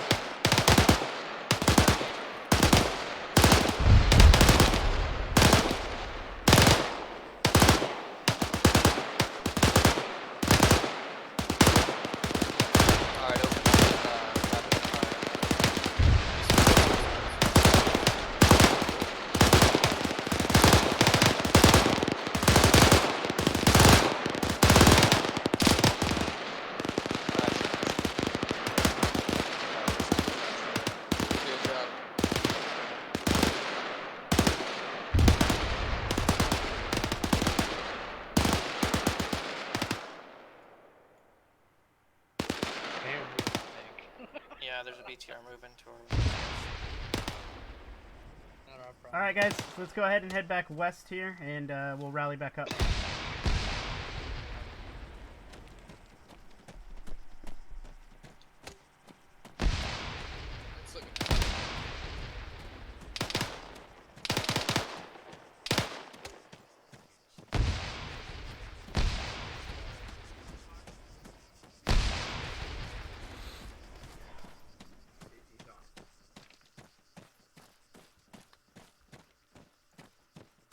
So one thing we didn't really cover that I keep forgetting we should cover is our fire commands. So for instance, when the FTL gives an order for the Grenadier to fire rounds out, or the Moz to fire rounds out, if he doesn't specify a number of rounds, the objective of that person shooting is to continue to fire rounds until he's either black on ammunition or the target is completely destroyed. That's kind of what the aspect of that is. So that's why we don't specify it with AT, because we're obviously wanted to destroy it, and we do want to specify it with stuff like the 40 millimeters, because otherwise we can get a bit crazy with it. But just keep that in mind. If your FTL does not give you a round count for the 40 mils, make sure you ask for one, unless he literally just wants you to keep engaging it with 40 millimeter. So stuff like that's important to keep in mind as well. But any questions on anything we've gone over so far? No, Sergeant. All right, cool. So, I threw in some 240 guys at the end there to make it a lot more louder, to kind of simulate the fact that you want to be loud when you're giving these fire commands, especially once the rounds start going out there, because it will help make sure that the people you're talking to for when you're giving the fire commands are going to be able to, hear you. So it's important that loudness is very important when it comes to this regard, unless you're one of those dweebs that turns down your sound settings to like nothing, in which case you're no fun. All right. I mean, we got a break planned here, but it's up to Lacombe and the rest of you guys if we want to continue on without the break. Yeah, it's up to you guys. It's 10 of. So if you want to take a 10-minute break, it's up to you, or we can just keep plowing through. 1-1 for break. 2-2 How for much no longer is break. left? 5-minute break. Like an hour left, or how much? A little over an hour. Well, more than an hour, depending how long the. Well, actually. All right, let's take the 10 minutes. Yeah. Actually, yeah, it might be like an hour and a half. 10 minutes then. 10 minutes for sure then, yeah. I wouldn't mind a chance to make some coffee. All right, so if you're going to AFK, coffee. just take a knee or go prone, and when you're back, just stand up. We'll cover. Hey, Fern. Thank you, sir.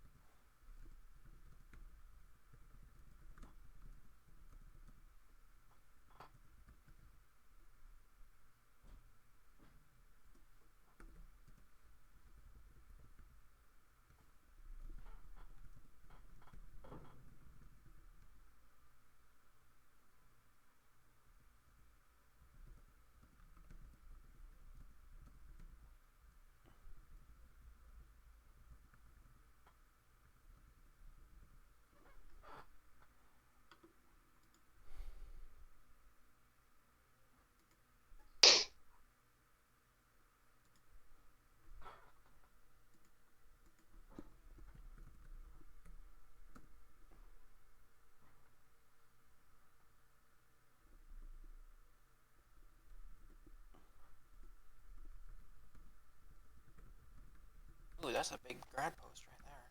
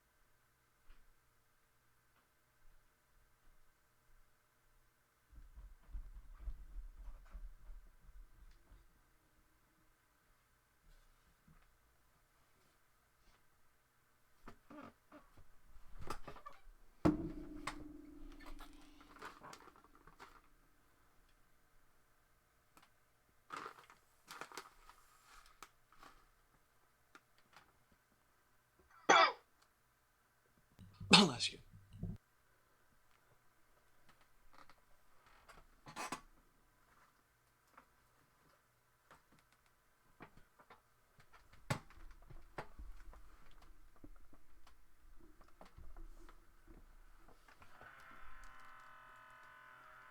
Ah, there it is.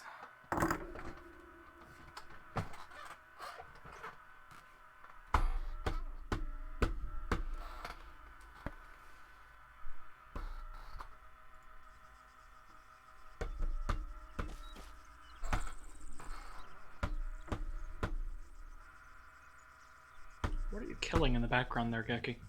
This fan. Cool.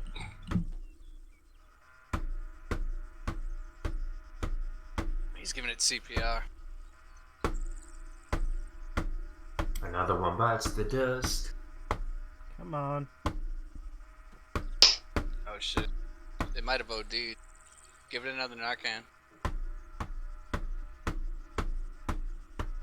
Listen, I was told by babysitters that this is the best way to shut children up, so Give it Narcan. no, just hitting them repeatedly. Then give him Narcan to wake him up.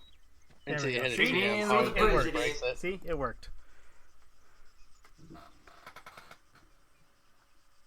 Man, I had these Boston ales sitting in my fridge for like a month and a half now, so finally crack them open.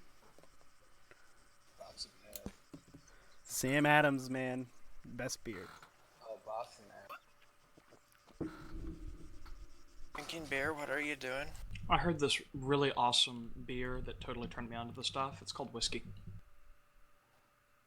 It's called Caffeinated whiskey. whiskey.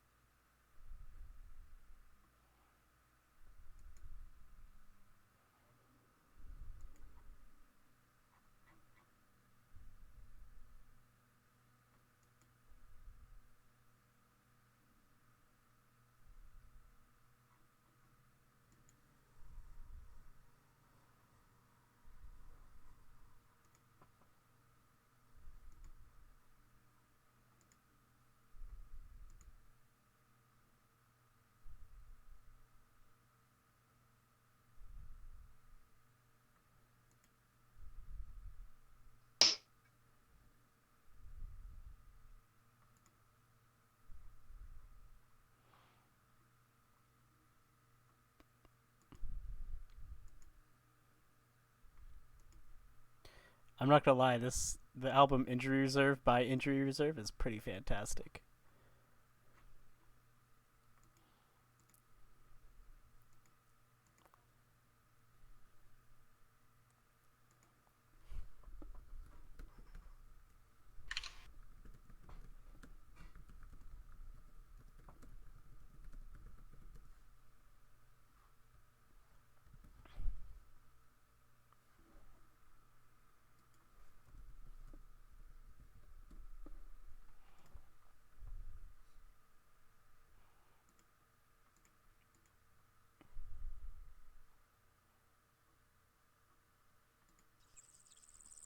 Gotta admit, I actually kind of like the iron sights on the AR sometimes. Absolute blasphemy. Heresy. I mean, if you're going for area fire at lots of distances anyway, you can really clearly pick out targets at 400 meters, and it just makes the spread a little bit easier. And Let me give you what you should have. One sec. Oh, no, I think I know what it's gonna be.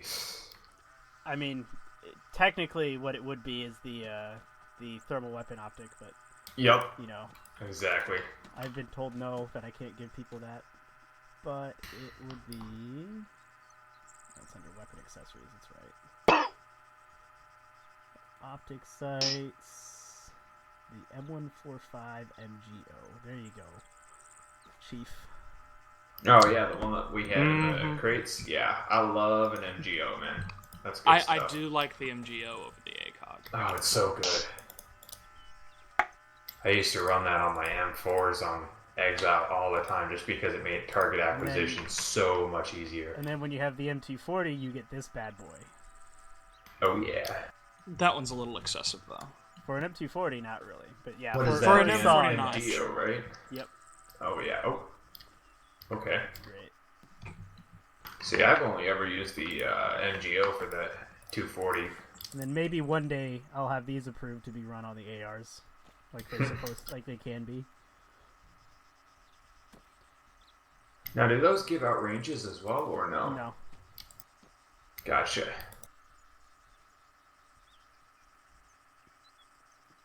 That's why they're way better.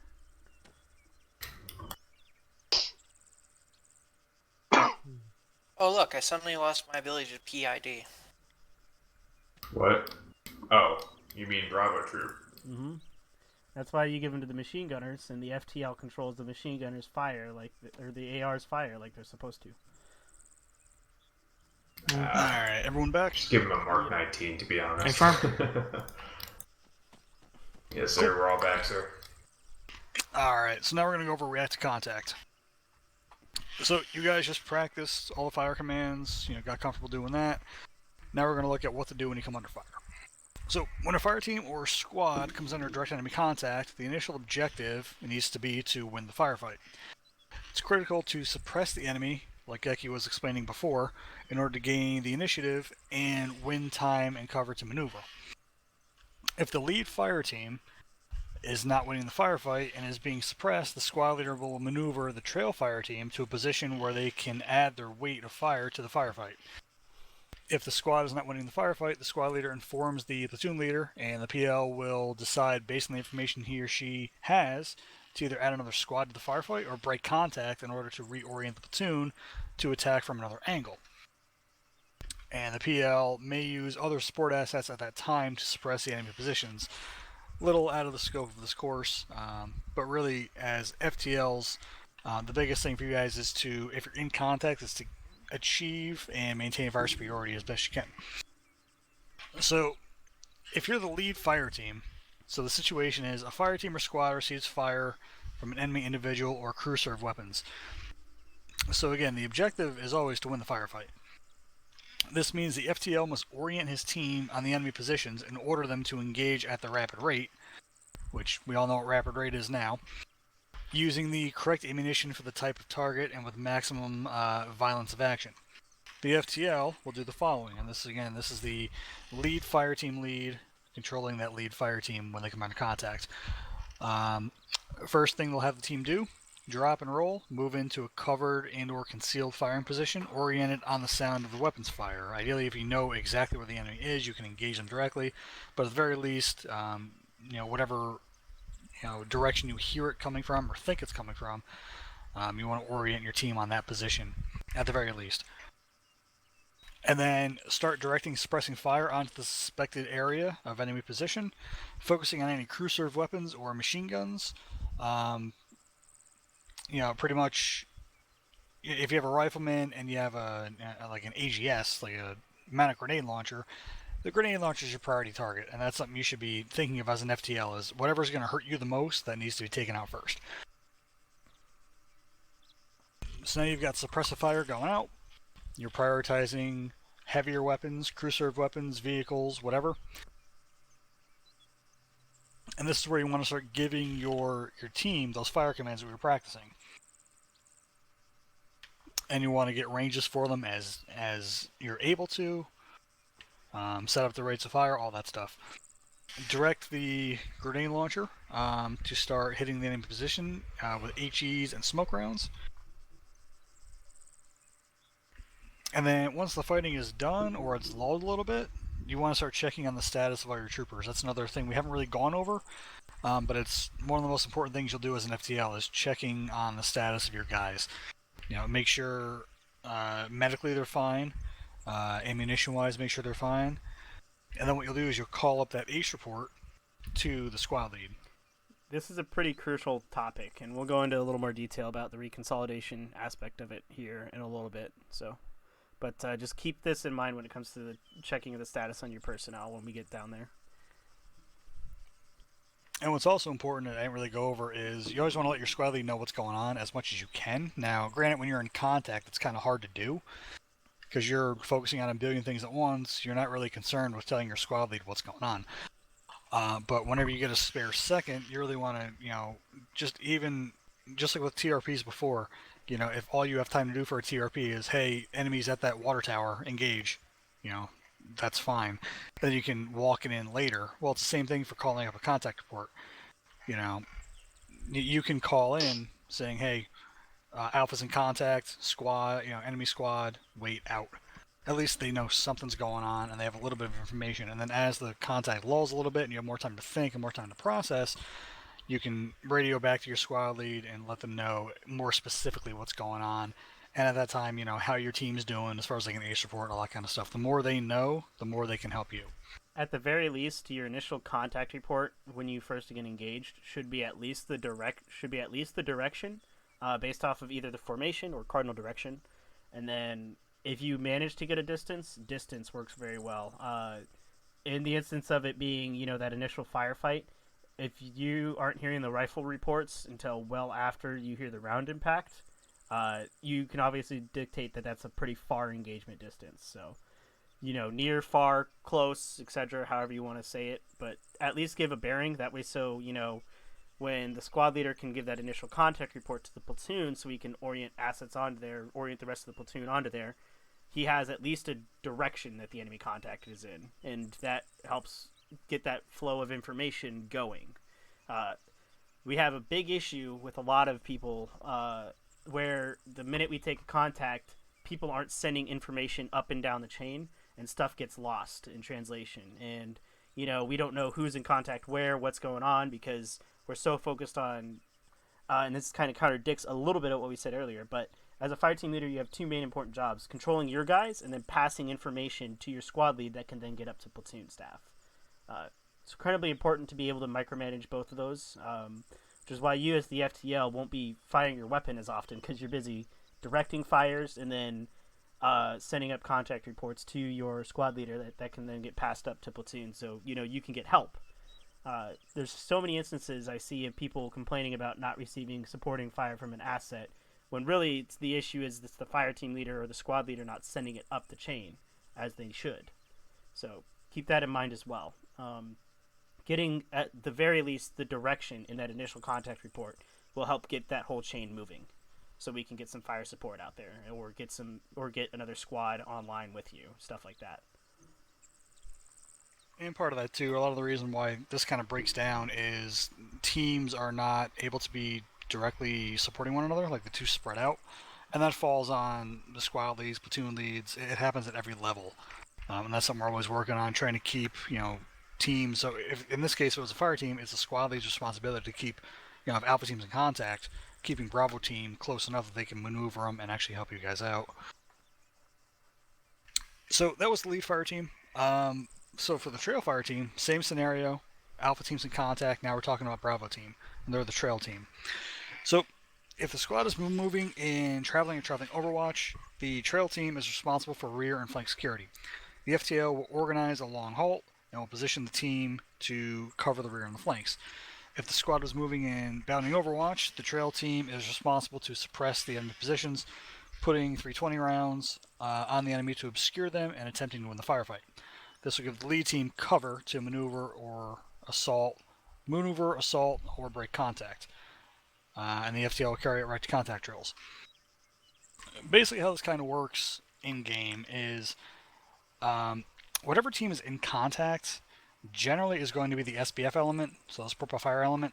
They're not really going to be moving so much to engage the contact. They're already being engaged, they've taken up cover, and they're trading fire with the enemy. Usually what the squad lead will do, and it's up to every individual squad lead, generally what will happen is they'll take the team that's not in contact, so that rear team, so Bravo team, and they'll move them to flank and actually assault through the enemy. So think of it like a hasty attack. It's basically the same concept regarding that. You just don't have ORPs and etc. You just have your SPF element and then your assault element. In Charlie Company, a lot of guys have been passing around the concept of the strike left, strike right, which is a react to contact drill that we do. I'd recommend getting with one of the SLs in Charlie Company and going over that with them. It's a pretty unique it's not a unique concept, but it's a way to explain a good mentality to have with the react to contact drills at the squad level. Alright, so now the firefight's over, and now we need to consolidate. So, as the FTL, you need to see how your guys are doing. So what are you going to do? Well, first thing you're going to do is maintain your 360 security, or whatever security you have. Keep that maintained. Make sure that the CLS, or platoon medic, or whoever is, whatever the closest, lowest level medical you have, is informed of any injuries. If it's a platoon medic, just let your squad lead know. But if you have a CLS in your team, so you may or may not, let them know if anybody's injured and they can start doing some buddy aid. And same with your troopers as well. Everyone can bandage, everyone can tourniquet. So that should always be done at the buddy team level. Once you get a little bit of lull in the contact, go ahead, Eversman. On the CLS, I heard that the CLS is actually being removed from squads. I have no idea. I haven't heard of that. At least from Charlie, anyways. Regardless if that's the case, it's still the same factor of check on your buddy teams and basically ensure the SL. That's basically what we want to do. At this point, the fire team leader is gathering his ACE report, so any injuries he has are going to be tallied up on that ACE report. So, in referring to your buddy team, making sure your buddy on your buddy team knows that you're injured helps with that flow of information. Again, it's all a flow of information, getting it up and down. The more efficient we are at it, the better we are. So next thing you want to do, once you've accounted for your wounded and you got them starting to get patched up and they let you know who's wounded, so you have an idea of what to tell your squad lead, next thing you want to do is you're basically assembling an ACE report before your squad lead calls for one. Because anytime there's contact, there's always going to be a request for an ACE report or a set rep or something like that from the next up in your COC. If you just took contact as a fire team, your squad lead within 10 seconds is going to be calling for an ACE report so that they know what your status is. So you already took care of the C part of it with casualties. You already established who's wounded, what your medical status is, and if people are wounded, you can start getting them bandaged up before CLS or medic even gets there to speed up that process, but that's a whole other topic. The A is for ammunition, so you want to make sure that you have an assessment of how many rounds you expended during that firefight. Did you use your 1 AT4 and now you're black on AT4? Squad lead's going to want to know that. Did you burn through 9 rounds of HE because you didn't keep tabs on your grenadier and they just started, touching off rounds left and right, and now they're, red on 320 rounds. So you want to go to each one of your troopers, make sure you know roughly how much ammo they got, if they're green or if they're getting close to red or black, and then get that ready to send up to the SL when they call for an ACE report. Ammunition ties into your bandages as well. Are you now out of bandages because you just had to bandage up your buddy? That kind of stuff. So keep that in mind too, as an FTL.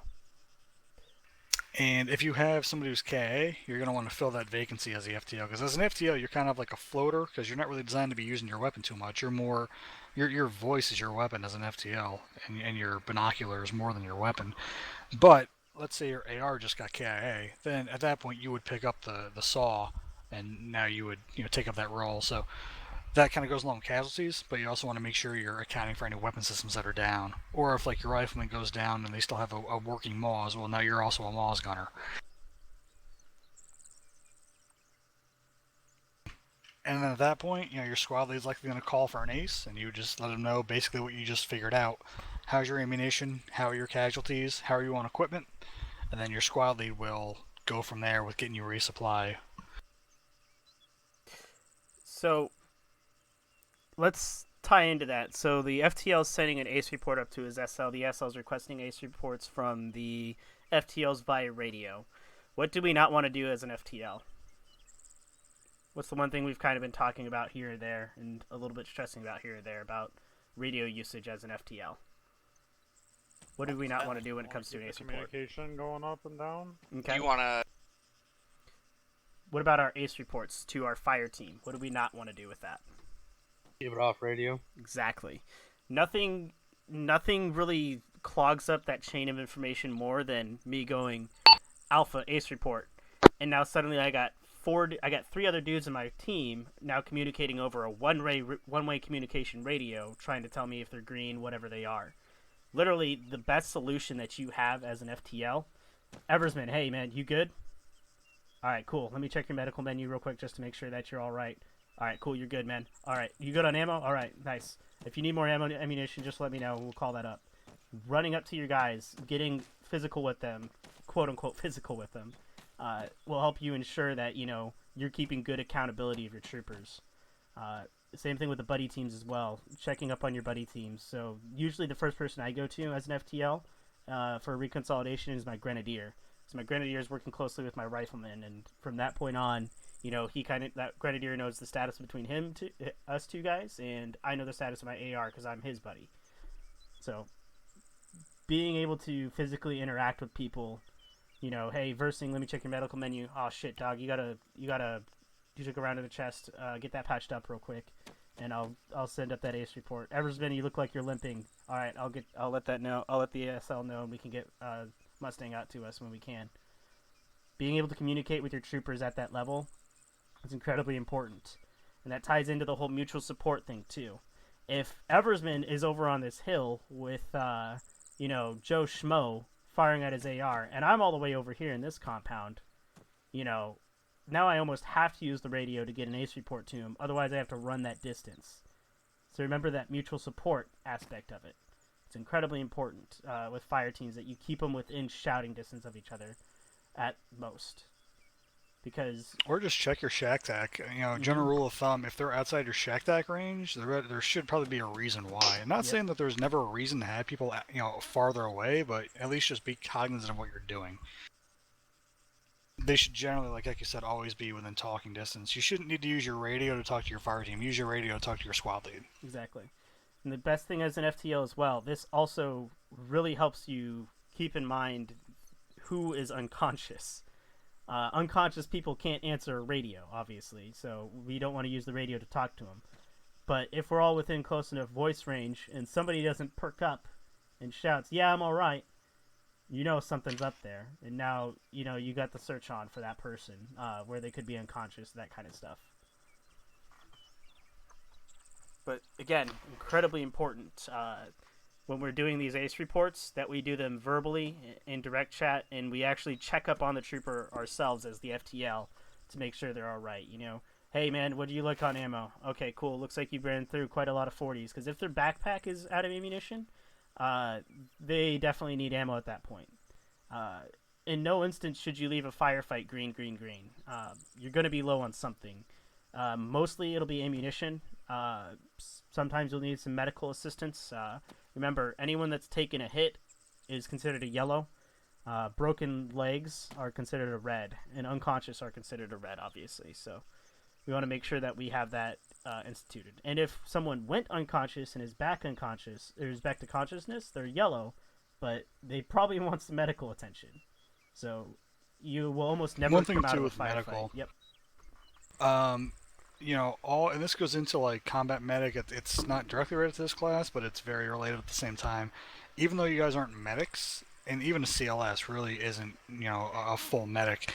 Always, if you have wounded, even if they're red, and you're able to, start patching them up. You don't want to leave. You don't want to wait for a platoon medic or Mustang to get there, and they're completely red, bleeding out, no tourniquets, no quick clots, nothing. Like, you want to maximize your medical capabilities to make their life easier. Go ahead, Frazier. Yes, us in 3 Bravo definitely appreciate that. A good tip would be, keep your ARs up as much as possible. Let the riflemen dump their AT onto the Grenadier so that the Grenadier can also keep the pressure with the 40s, and then, of course, engage tanks or armor as necessary, and then leave the riflemen to act as a quote-unquote CLS while still keeping that security element. So it definitely makes our job a lot smoother for sure. In regards to the whole CLS thing, regardless if you have a CLS or not in your squad, the most important thing is the person that's injured should not necessarily be the one bandaging. That's what the buddy team system is Battle for. buddy, yeah, accountability. I was gonna say that. Yep. That's what it falls down to. Your battle CLS. buddy keeps the accountability in check of your buddy, so he's the one that should be bandaging you should you get hit. Remember, Right. Your medical isn't the medical that you're carrying on you isn't for you to use on yourself. It's for your battle buddy or platoon medic or whoever comes by to use on you when you get hit. So that's the purpose of that. Generally, the person medicing should be medicing their buddy, not the one that is injured. Yeah, Correct, we yeah. carry enough tourniquets, and we all are trained to do it. We're advised to take the CLS course for that reason. But Alright, so all we have left are the live fire FTXs, so we're going to have everyone roll as an FTL and actually lead a fire team into contact and get some actual practice with all we've gone over. Before we do that, does anyone have any questions of anything we've gone over today they want to have answered?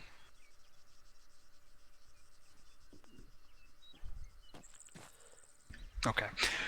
So what we'll do, we'll split off again in Alpha and Bravo team. So Alpha will be with me, we'll have Bravo with Geki. Actually, Lacombe, let's for time's sake. Otherwise, we're gonna run way over. Let's keep them together, because a lot of these FTXs that we have kind of need a whole squad, really.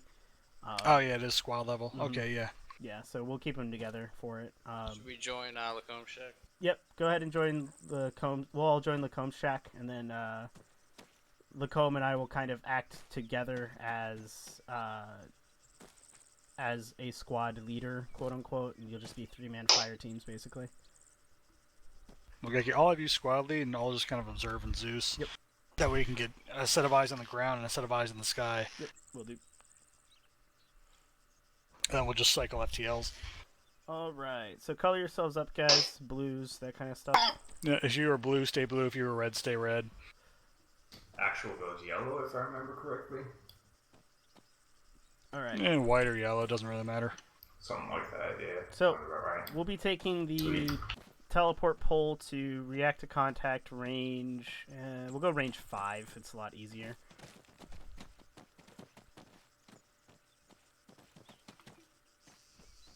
Okay. Alright, so don't move around a whole lot here. We're going to kind of get you guys briefed. Go ahead and... Back in 2 extra boxes. We'll start off going from the shack here. Anderson versing FTLs, Frazier, Vaughn, ARs, Seaman, Roger. Eversman, Grenadiers. Okay, AR. And then we will utilize Block 1, Channel 3 for short-range communication. Once you guys are set up, go ahead and face east by the flagpole, by the side of the road. And Do we need I'll AT get you or briefed. anything like that? 1 AT4 on the Alpha Fire team. Okay. Arizman, how much you got per weight? Radio check. 29, because I'm not carrying an AT4. Roger out. Vaughn, what's your weight? It's 32. Right. Frazier, I have 1,000 rounds. probably have at least you got 1,000. Oh, Frazier, how much you got on you? Plus 13 boxes there, Staff Sarge. Righto. 13 boxes? Hey man, this was normal when I was in 2 on Charlie. What And I what's made your, it. what's your weight Man. though? Because we do have it like. Are you good? 29. You're 29? Nice and My low. weight is Keep just your weights above under 40. 35. Cool. I prefer to keep weight under 30, but 40? 35 Also, someone is the in Alpha maximum Fire weight. team needs AT. Yeah, because what happens is your stamina just gets overdrained and everyone has to stop and wait for you. also has a lot to do with Alright. weapon handling, frankly. Once you notice guys are that. ready, It does. take fire team lines, or fire team Radio files check by the for road Alpha facing signal. east. No Charlie. I got that, Staff Sarge. Righto. Alright. Alright, line I'll up take behind the me when you're AT. done. I'm gonna be good on ammo. I'm carrying a few extra Stanags as well, just in case. Can distribute them to y'all if need be, or use them as backup.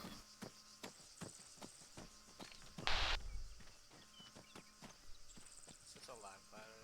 Yep, this is all live fire.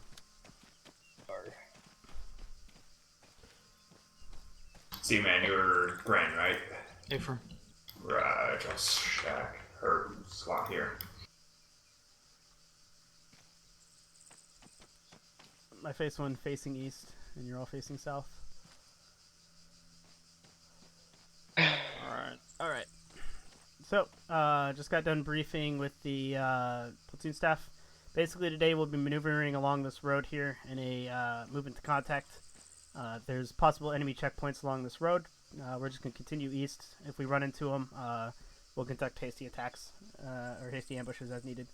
So, Fire Alpha, you'll be taking the lead here, and we'll just go squad column, fire team formations up to your guys' discretions.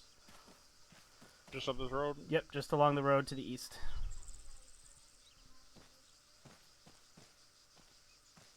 Alright, Alpha section. Be rolling out. Off on the move. How you Fire want us? team call. Oscar, man. Bravo on me. Wedge, heavy left. Roger, stagger column, AR heavy left. You're running I'm with your onside, gun on your boss. back, Anderson. Yeah, grab the gun, sir. Make sure your safety's off. We're going combat pace or just a jog? Just a nice jog. Just a nice jog. Roger, guns down. Nice swap will be done. Copy that. You might want to double tap maintain before your that stamina. stuff started. Tap C. There we go. Roll jog. Yeah, it helps with stamina a lot, I've noticed. Yeah. Yeah, my first SPs was like, wait, why is this happening? They tell me, oh, just double tap control, it'll help you. Oh, okay. Makes sense. Resting. Short haul. Short haul. Short halt. Short halt. Short halt. Yep, got it. Setting up AR. Horseman cover south. Squad lead, we got some enemy infantry set up and an ambush point up ahead. Copy that. Get down, and we'll proceed to the right here. We got some tree coverage. Bravo, hold rear security. What's the range to that?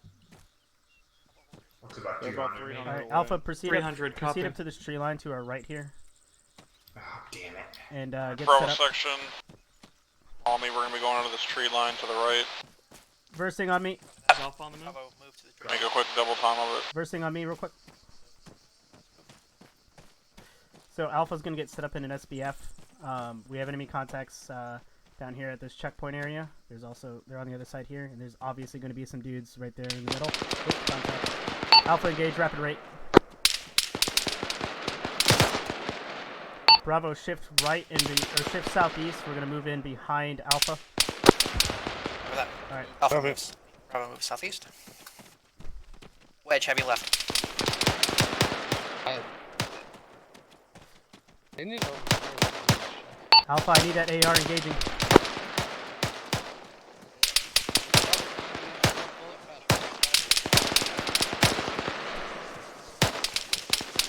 Alpha, once you get around the side, or Bravo, once you get around the side of the hill, proceed northeast and attack that compound in between the two separate locations.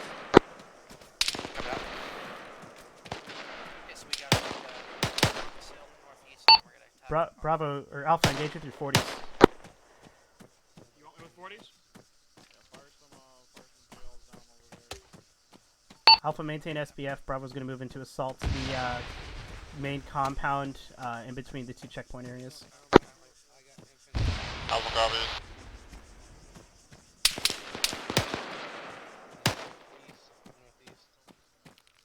We're gonna maintain the blade. Can I touch them? That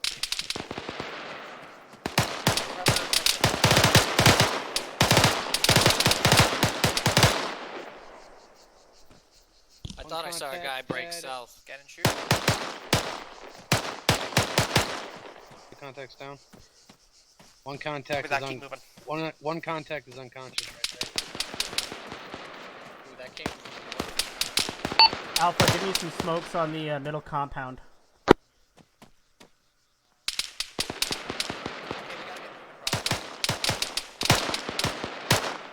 Fuck that PKM gunner. Bravo, proceed down this sort of draw.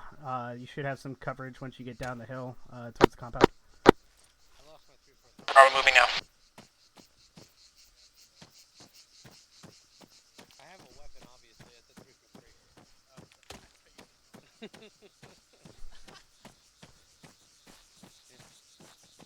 I hate this. My acre's been fucking. I've been losing my 3-for-3 the last few days right there. that used to happen to me all the time. I finally updated my game. Alpha, keep a sustained rate up with your AR on the middle compound. Alpha copy. I'm spreading out a bit just in case.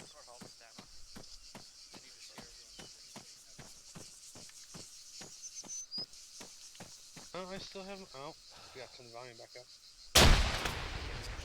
That's why I spread out so that way we. Yeah, copy that. Just because of that, get yourself spread out a little bit. Keep moving. Alpha, once you reach this rock, proceed northeast up the hill. Contact east.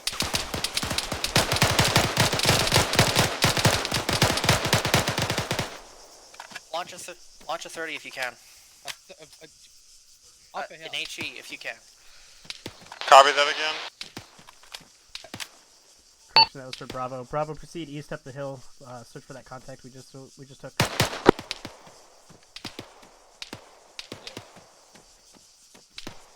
Okay, proceed slowly up the hill. He's Scan gonna be and off shoot. to your front left about 11 o'clock probably. Someone shooting behind us, at us. No. Not hearing any snags. No, that's Bravo engaging, or that's Alpha engaging.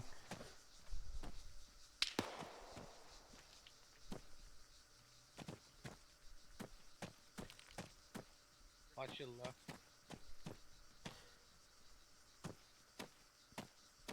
I think I found him. Bravo, proceed north, assault the middle compound Copy that, Bravo. in the Proceed rocks north. there. Bond, rally up. Yep, I got it. Alpha, shift fire left to the leftmost checkpoint. Bravo is currently moving into the rocky compound structure. Alpha copy. If you can get some nades on those compounds, do it now. Before we move in. Compound? Range. Range 40 out. is Trash 10 city. 40 out. 75. Yeah, I'm not gonna I got a put guy any in a markers. red hat. Taking him out. I hit a PKM, so I wasn't gonna I wait thought for you. it was in the ground. I thought he might have been a civilian or some shit. Yeah, I saw the gun. As soon as I saw it, I was like, Keep I'm not waiting for AR.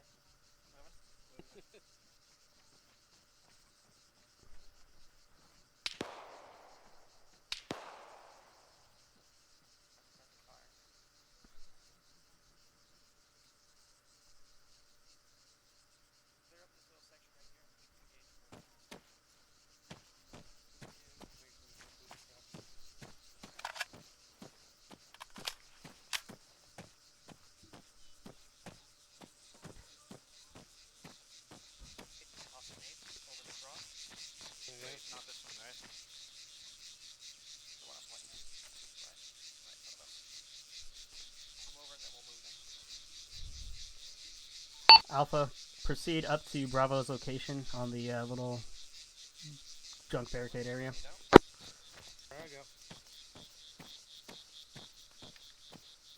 Alpha copy. I get a little red sign when I try to throw a nade. Yeah, it's because you have to drop a frag and then pick up another one. And then pick it back up. I got you covered from up high, but you look good. Copy that.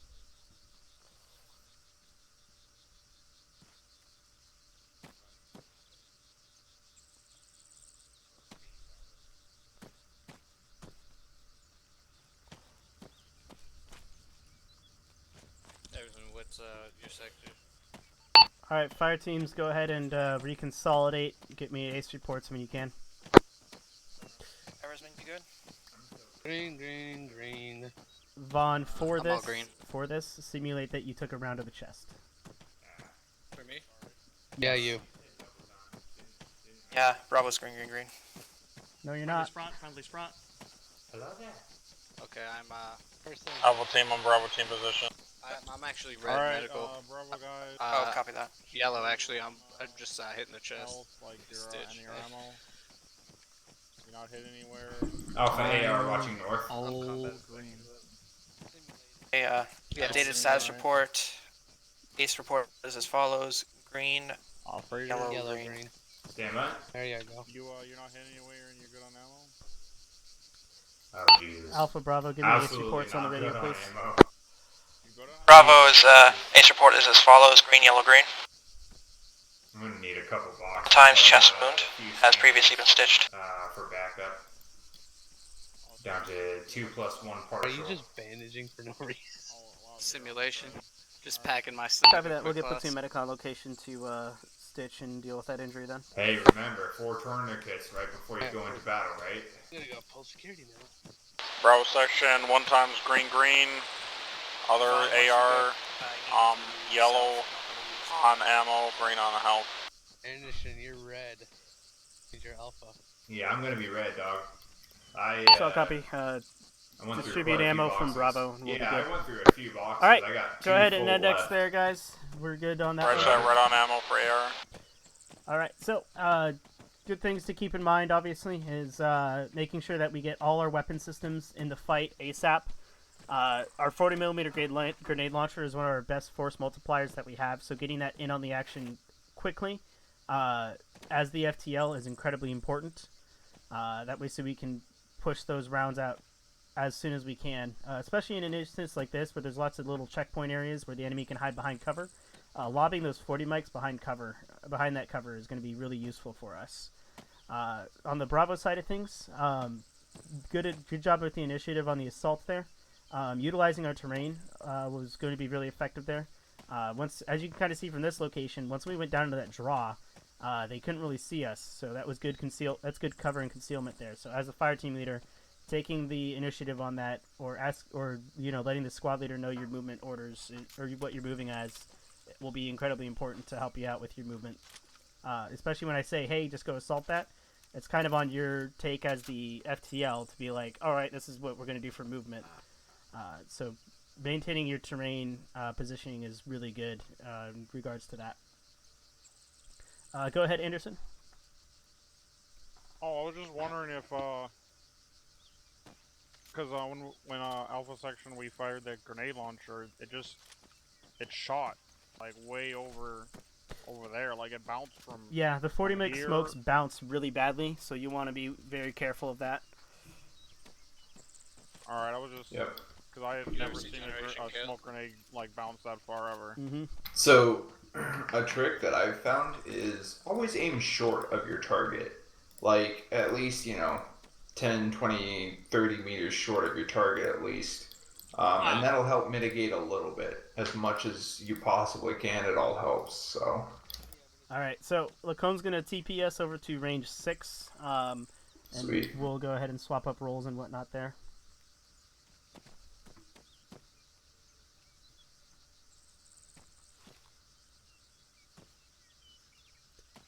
So Lacone, feel free to teleport us when you can. Yep.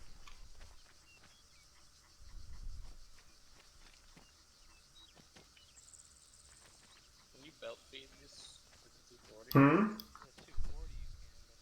Oh, you can't belt feed the 249. That'd be broken. Alright, so we'll go ahead and swap it up here.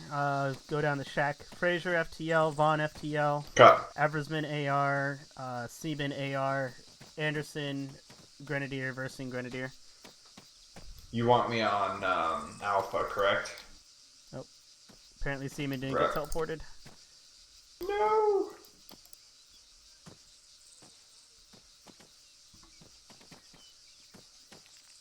There he is. So Seaman, you'll be taking the AR.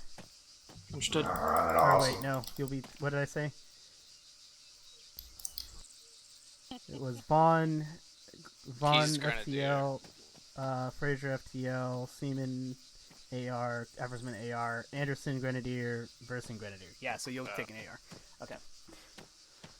So once you guys are kitted out, we will be facing east from the flagpole. So just get into fire team files facing east once you're ready. For this one, just we'll go a little bit lighter. We're not expecting too much contact. We're just doing a security patrol along the windmills here. So I'll give us a more detailed brief when we're ready.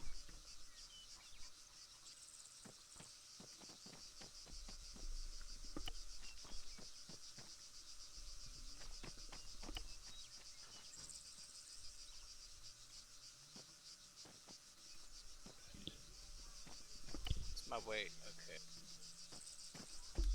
You need me to bring some box? A box or two? Security. So we Alright, we got Grenadier, AR, awesome. Alright. Let me double check mine. Radio check. I guess it was already there. put it in my bag. Sweet. Alright, so now that you guys are ready, same deal. We'll do radio checks on Block 1, Channel 3. Alpha Team, you're up first. Squad radio Okay. checks. Alpha Team, give me radio checks. Alpha FTL up. AR up. Nice. Anderson, Grenadier up. Sweet. Alpha radio checks complete. Bravo, give me radio checks. Bravo at DL radio check. AR radio check. Grenadier radio check. Good. Okay, cool. So, if you guys take a look at your maps, we are at range 6. We're proceeding upon the RPs as they're numbered. Just basically doing a standard security patrol, making sure that all these windmills are good. There's no shenanigans going on up there. So, we'll be dominating the terrain and doing force projection. This means that we'll be operating in a squad line, and then fire team formations however you see fit. So we'll proceed up to RP1 and let's head on out. Okay. On your feet. On the move. Alpha, Oscar Mike, heavy left. Heavy left. Safeties are off. Take your weapon up on. Am I the only one that keeps my safety on until we get in the firefight? No, I'm the same. I turned that thing off. Now that's not a good AR there. AR always wants to shoot something. Let's go and spread a bit. What if I fall down? I don't want to shoot my buddies. I was trying to drag it. Acceptable casualties. Alright, that's squad line. So we'll do heavy right. Alright, let's get up the hill here towards RP1. Roger.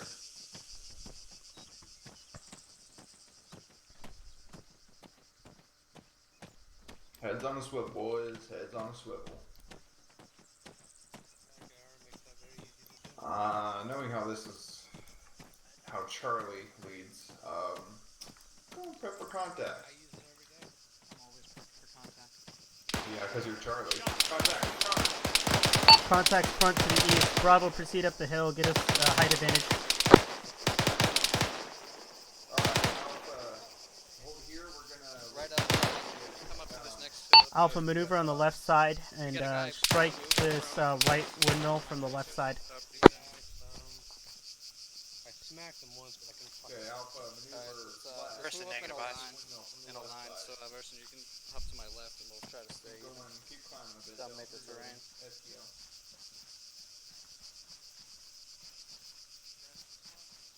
I'm gonna stand up and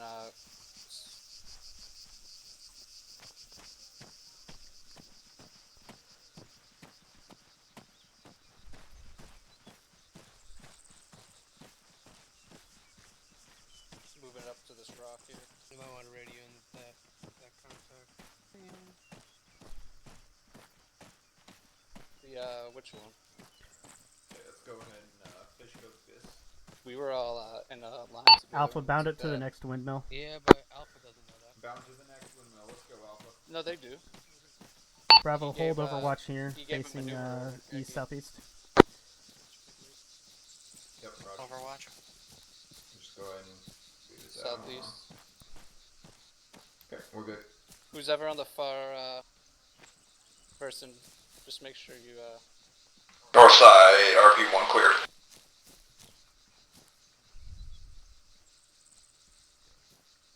occasionally check your full 360 sector when we're alone. Yeah, go ahead. I was gonna pull the short haul here. Alpha, hold Overwatch at that windmill. Bravo, bound past this windmill to the radio station. Alright, Bravo, let's move.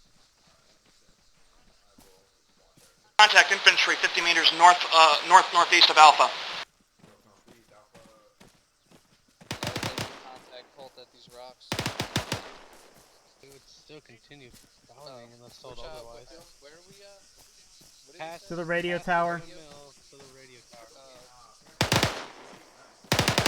It's one thick down. Well, that's because Alpha's already past the windmill here. They're over to our left now, so we bound past them to the radio tower. Bravo, shift north, clear out the contact that Alpha just took. Alright, shifting north. Alright, we're gonna hold here, provide SBF. I'm gonna watch our 6 boys. Make sure no shenanigans come up the hill. Heard. I'll be within yelling distance. To the line. Scanning.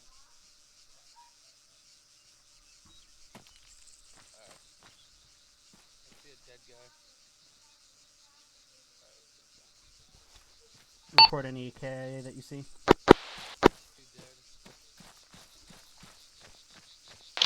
We got 2 KI enemies right down here, about 100 meters north. Copy that. Go ahead and resume movement back to the radio tower, and then we'll bound Bravo past you, or we'll bound Alpha past you when you're there. Copy.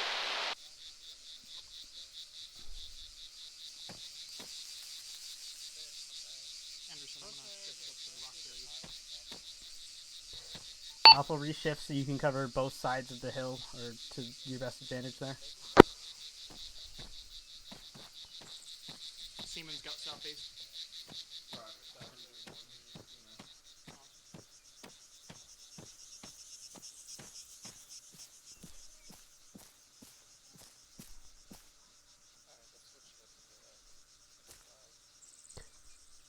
Hey, Lacombe, I'm not going to take him all the way to that. I'll take him down to the generators, though.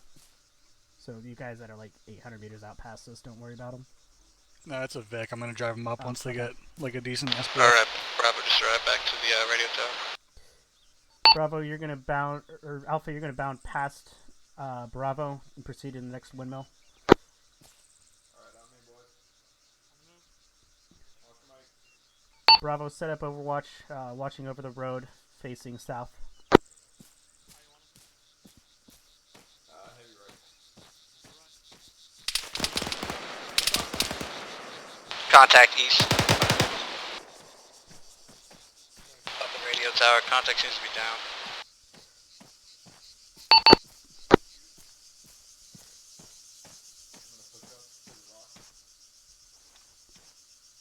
Alpha, keep maneuvering, keep pushing. Alpha, keep pushing. Do a jog. Or rather, sorry, combat pace comes up. Combat pace.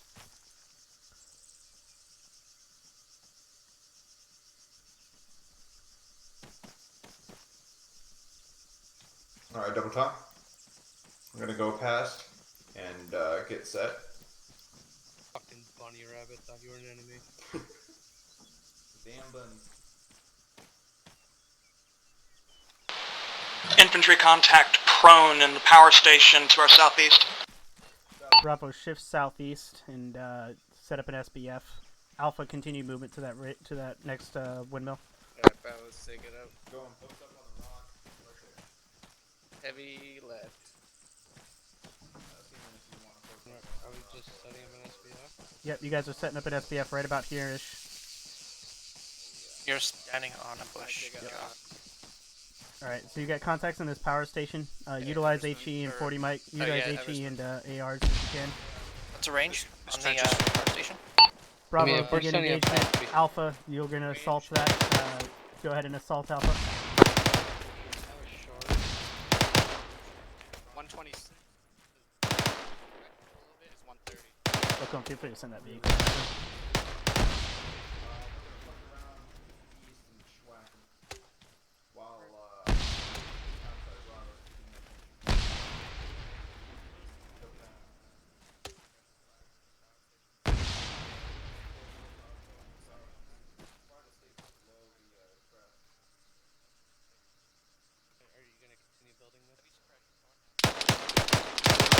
Bravo, we got a vehicle moving down the road to the southeast. Engage.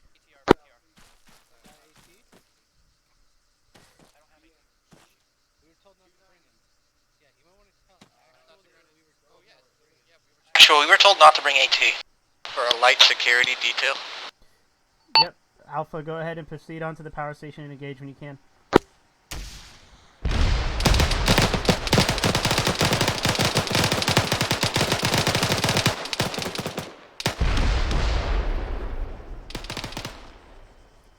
I hate these kind of buildings. Let's go, you might want to just detonate that twice.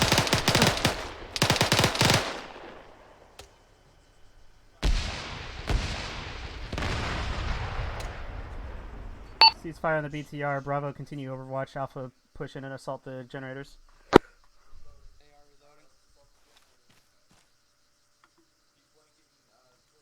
Repeat last. Bravo, keep Overwatch. Alpha, keep pushing onto the generators. Becky, should I simulate being fucked up by that BTR?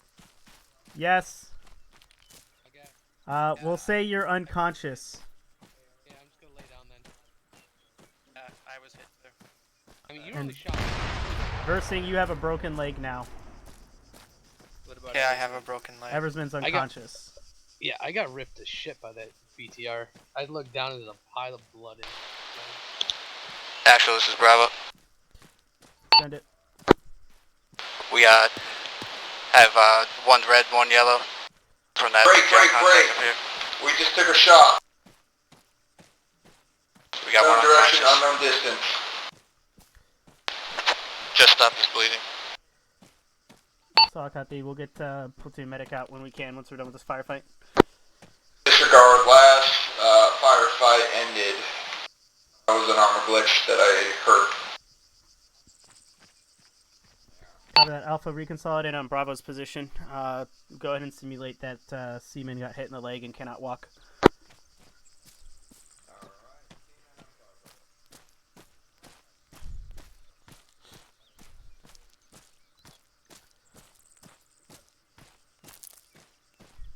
Copy. Be advised, we are on the way back. We have 1 times broken leg. Over. Saw copy. I'll escalate that to Mustang. Just give me an ace report once you guys are reconsolidated. Alpha Bravo reconsolidate on yellow smoke. Get me your ace reports when you can. How are you on ammo? Good. Green? Actually, this is Bravo. We have all green on ammo and 1 times red, 1 times yellow. Injury, all good on equipment. Why are you surrendering? Don't surrender to the enemy. Green on everything. I'm unconscious, so you have to escort and move me where we need to go. Check your ace medical for me. Alright, I'll escort you. Softballs. Alrighty. Yep, I'm all green. There we go. Green on ace, copy, stand by. Let me just Why check is the C-man. guy escorting? I don't know. Why am I crippled? Actual, where are you? I'll escort Use your radio. Switch the weapon mode. Copy. Actual, this is Alpha, over. Send it. Ace spot rep is as follows: times 1 red broken leg, times 2 green, times 1 yellow ammo, times 2 green ammo. Over. Saw copy. How are you on 18? I know we took that BTR threat. Oh yeah. I lost my AT. AT is black. Over.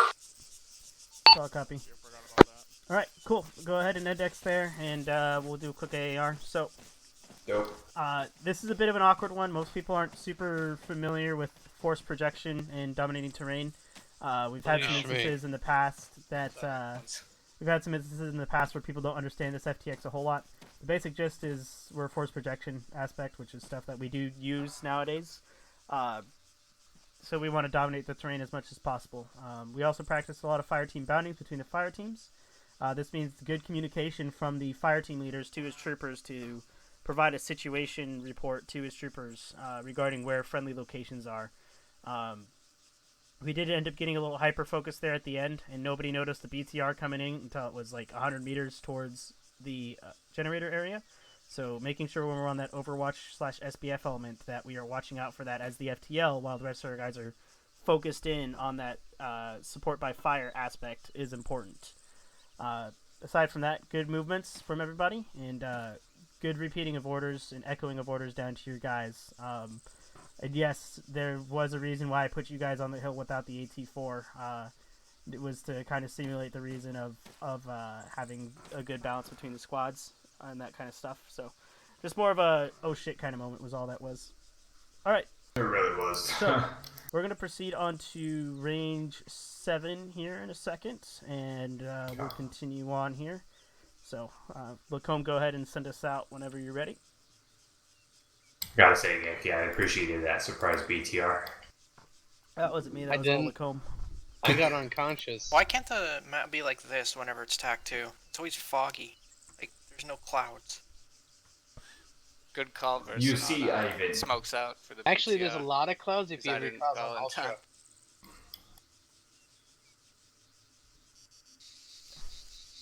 Alright, we are now at... I hope we're all here. Is everyone here? Sweet. Yes, I believe Alright, so. so we're now at range 7. We'll go ahead and swap up the roles. Mhm. Seaman, FTL. Eversman, FTL. Versing, AR. Anderson, AR. Fraser, Grenadier. Vaughn, Grenadier. Damn. Alright, I'll pack AT. And once you guys are ready, we are going to face north, just past this bush. What's your weight at, Fraser? We're looking at 37.31 with the AT4, boss. Let's see. Let's see your kit bag. Yeah. I'll take some of your smokes and stuff. Sweet, thanks. Alright, looking a little bit better, 36.03. You said north, right, Geki? Yep. Okay. Casually drops glasses, 35.85. Alright. Linox, 35.41. Alright, Fraser, you're 2 IC. Copy, 2 IC it is, boss. Do you want Bravo to grab any AT or no that again this time? Nope, you guys can grab an AT stick if you want to. Vaughn already has it. Good job, Vaughn. Cool, because now I'm form up on me. I'm gonna throw a monkey wrench into you, Bravo. Bravo, you guys are going to grab a Moz with at least 3 total rounds of HE within your fire team. I'll take a round. If Bravo's taking that Maz, you want us to roll without AT? No, they're running HE, so we want at least some form of heat Copy. that you guys will have. Yeah, that's a tough one. Oh no, I can only grab one. Mom is always a shit ton. Grab 2. How much do you weigh, Everson? 36. My bad. Okay, with 1 I weigh 35. Hold on, I gotta drop some of my shit. No, you one in your tube. 3 extra? He said 3 rounds total, but I'm at 42 kilograms with my 2 rounds. Okay, I'll just take. Only carry 1 round because me and No, I am. I'm Birthday- gonna dump some magazines. I got like. You have 1 in your barrel. You have 1 in the tube. Get about that? Yeah, but I don't have 1 in my backpack. 3 rounds total. 1 in the tube, 1 on me, and 1 on Birthday. Yeah. Yeah, we can load them. Or did you not know about that feature? We can actually load the round for you. I did not know about that feature with the mod. I don't. Yeah. How do you use that? Do I have to like Yeah, interact Ace with it? interact it when he has it on his shoulder. Yeah, I just found out about the 240 belt feed thing, like for the Ah. first time.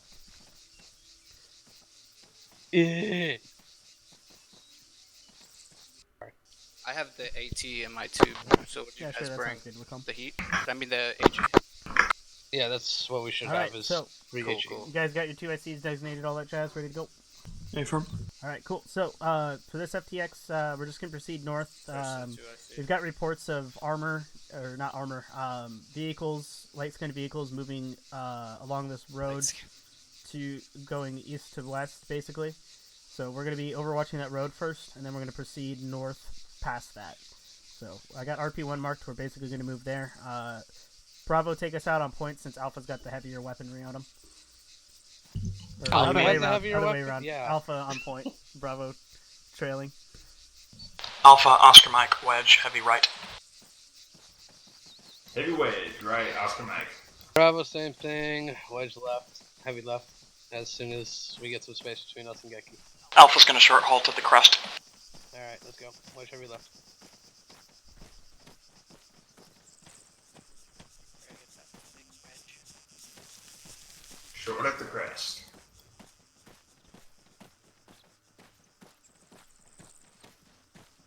Hey, team lead, you want to drop the profile or no? Drop a what? Drop our profile, like crouch, so we don't skyline all that much. Alpha line, move to crouch. Line, move to crouch, copy. Going on your 2 IC, your 6. Well, Anderson, go on and get on my 6. Short halt. Crouch.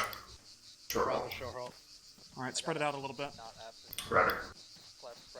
Spread out, boss. Ever so slightly poke your heads Guys, out. make sure you look keep an northwest. eyes Northwest, Anderson, right? northeast. southeast and southwest. make sure your safeties are off. Good call. Crest just far enough to see your sector. Got it.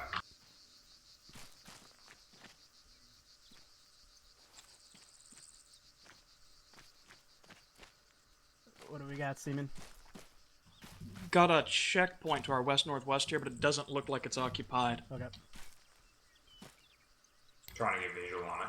I got contacts Fraser, moving on the road. Looks like a squad size Anderson, element. you got those contacts? Yeah, Oh, direct south. Audible. South. Prepping. It's a Jeep. Ceasefire. Civilian vehicle. Anderson, you got eyes out there to the northeast? Yeah, copy. I see him. Squad, we have enemy contact northeast along the road, moving east to west at this time. Alpha, get up online. Bravo, get up online on Alpha's right. They got an HP or something. Gren's gonna take 6. Alpha Gren's gonna take 6. I want 2 HE from the Moz on that location, and then you're free to engage with whatever else you want. Yeah, Fraser, just keep rear security. Alright, Gek, you want to point out that location? Because I wasn't up here when you pointed out. Moving along the road. Copy that. Where are you at? Spawn. Right here. Hey, Am I right? I dropped my heat round if you want to look. Well, you gotta put it on your shoulder. These were HE rounds that he needed. Why'd you drop a heat? I don't know. He should HE have. rounds. Shot. I said 1 heat. No. AR, open up. Rapid fire. Yeah, you gotta. Moz on top of the Go. Reload, go. Center mass of the group is going to be right there.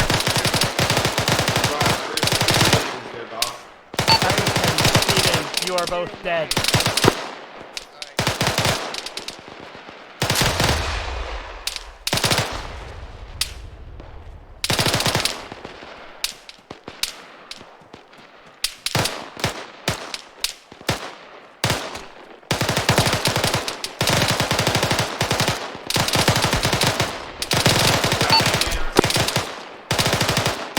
Bravo, give me Actual, this is Bravo 2IC, Alpha 2IC taking command. Team lead is Black, I repeat, KIA.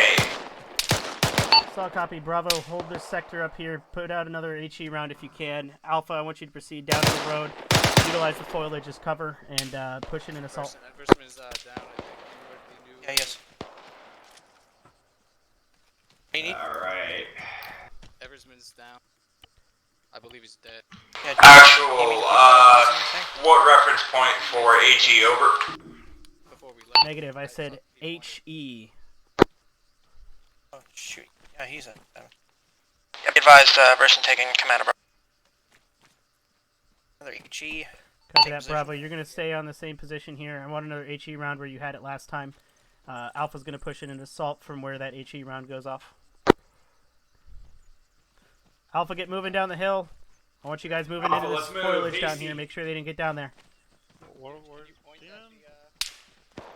KIA, let's go. IC for now. Just down there. That was 390. How do you enjoy being dead?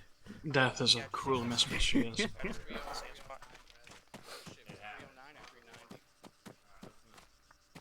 I don't have a vector. Just use the same range you used last time. Yeah, but I don't... Cool, Alpha has no visual on HE round, over. 331. Visual. Bravo, keep up the rapid rate onto the targets that are down there, if you see any. Just kind of suppress above the tree line. Put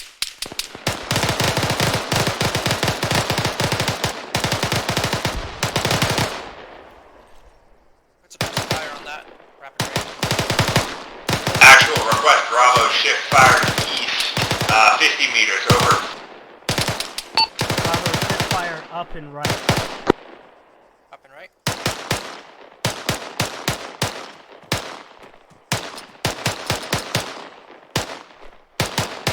Up and jam.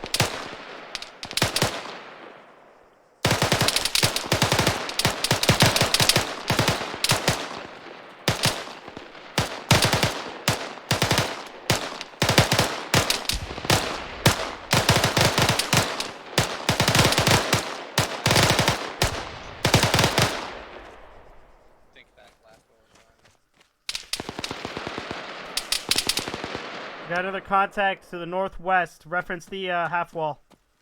Seen. Which specific half wall?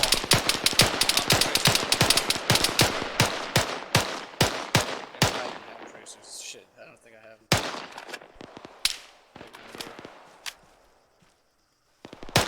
Negative eyes for contacts to half wall. Reference tracers.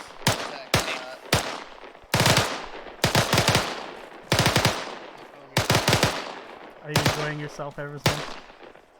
Yeah, I'm just waiting for them to search my body to get. Wait, so Bravo, Geki, give me a sit rep on your assault.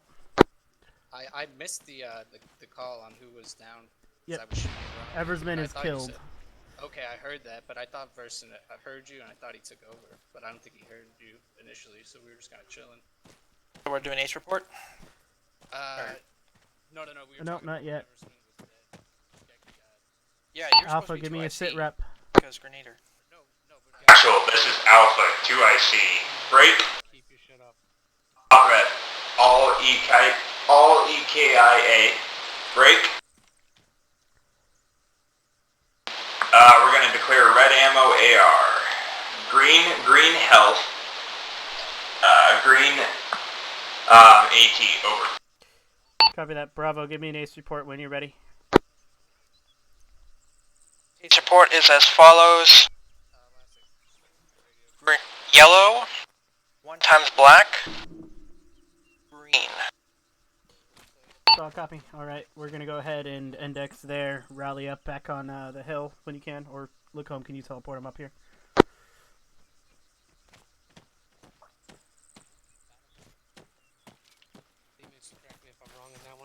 Say again? Sweet. Thank you, there.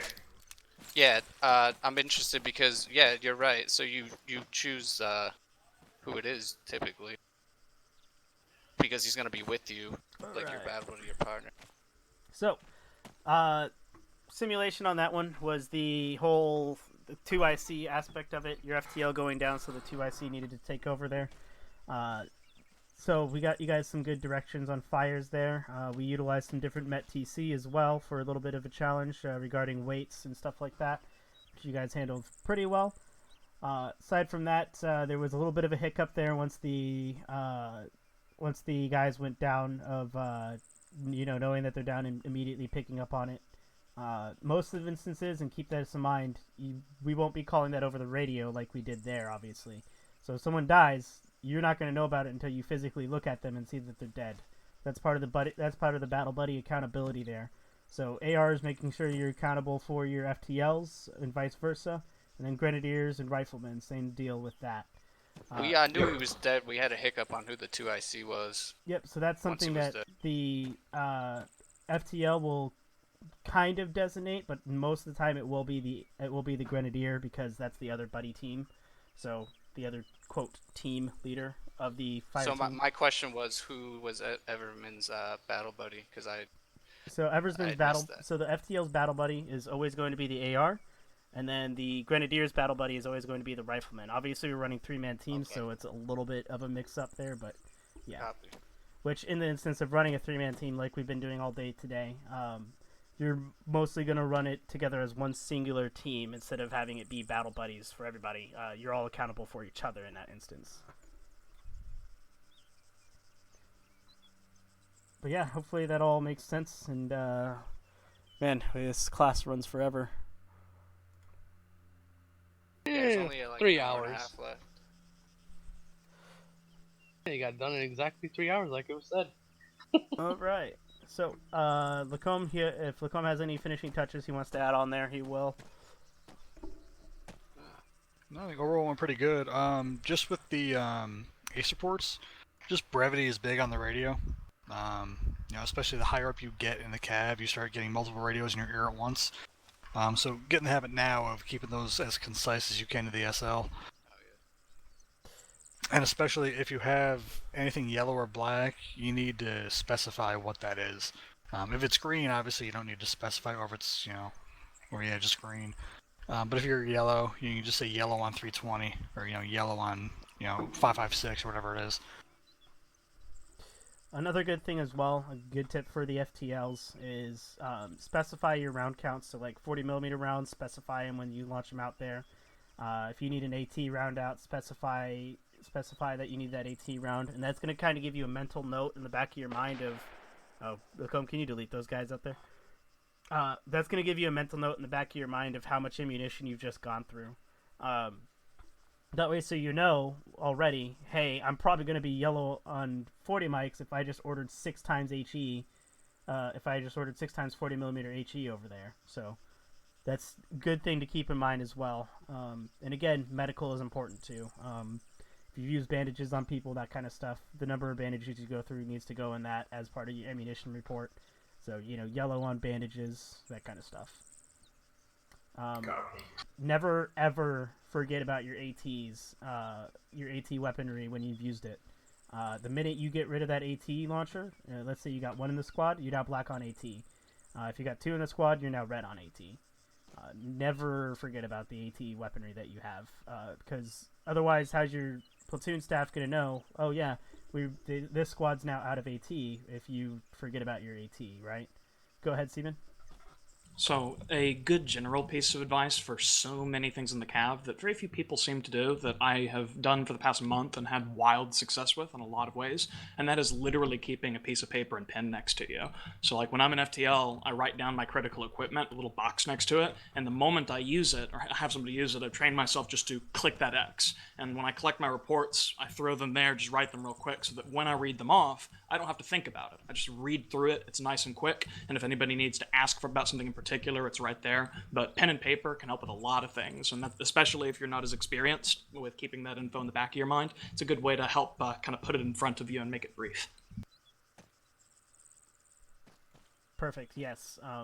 Writing stuff down is key, especially in the forefront as an FTL and whatnot. The most important things when you're an FTL are going to be your voice and you know, being able to write stuff down as well. Super crucial, because you know 95% of the time, especially this isn't something we can really go in depth of here in this course, but when it comes to civilian interactions and whatnot, fire team leaders and SLs are the main guys talking to those people, and writing down what they have to say as far as intelligence goes is incredibly crucial. So writing stuff down and utilizing your voice in order to direct your team is incredibly important in regards to all that. So wrap up here. Lacombe, you got anything else to add at the end here? No, nothing else. All right, so wrap up here. I've linked the survey in the TeamSpeak there. You can all disconnect from the server at this point, but you are all dismissed once you complete that survey. Thank you so much, Geki. Advanced Leaders course yet, or is it still? Advanced Leader course is almost done. We should hopefully have it out within the next 2 months, hopefully. It's just undergoing its final reviews and checks right now.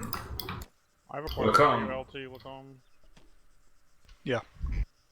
Miller says that you have an SP at 9 p.m. Monday? Tonight, yeah. Oh, it's tonight? Yep. Is it, he said 9 p.m. Sunday or Monday, so I didn't know which one it was. It's the Pathfinder check. It's both. It's 0100 yeah, so now just tonight. Yeah, that's my SP. Or there's 2 squads. It's tonight at 9 p.m. EST? Mm-hmm. Yeah. Oh, wait, I think it says Monday, so it's tonight and tomorrow, both at 9 p.m. Eastern. Oh, so 2 days to do it? Yeah. Alright. Yeah, we're going over basic armor stuff, so really whatever you guys, if you're going to have anybody go, just whatever you guys can teach the infantry as far as working with tanks. That's basically the whole point of the whole week. We should do a joint some people missed SP, including myself, and I was just wondering, because Sunday was not going to work for me tonight because I'm going to watch Game of Thrones. So if Monday you're doing Geki. Mm-hmm. I'll we do a joint SP with Misfit 4? Yeah, I'll be running that practice because the squad lead's not going to be there, and neither platoon sergeant, so I'll be actually running that SP tomorrow, so yeah, I'll be there. I'm not entirely sure, but I mean... Alright, I'll be there. Okay, I didn't know if we were cool, following thanks. Yeah, if you can just maybe bring just you and maybe one other person, just a gun. I think you'd have to ask because that. Yeah, just have like a basic crew, because but when if I not, joined, just you is fine. There was a 3rd platoon, and I had the option to join that, and I didn't want to do that. But now I'm kind of doing it. I mean, yeah, if you want to. If you want to talk to platoon staff, and we can see if you can get you transferred over to 2-2 then. Alright. yeah, just get with Lacombe at a time, and if you don't want to do the heavy weapon stuff in 4-2, we can get you over to 2-2 then. Yeah, not if we're gonna have a different platoon plan.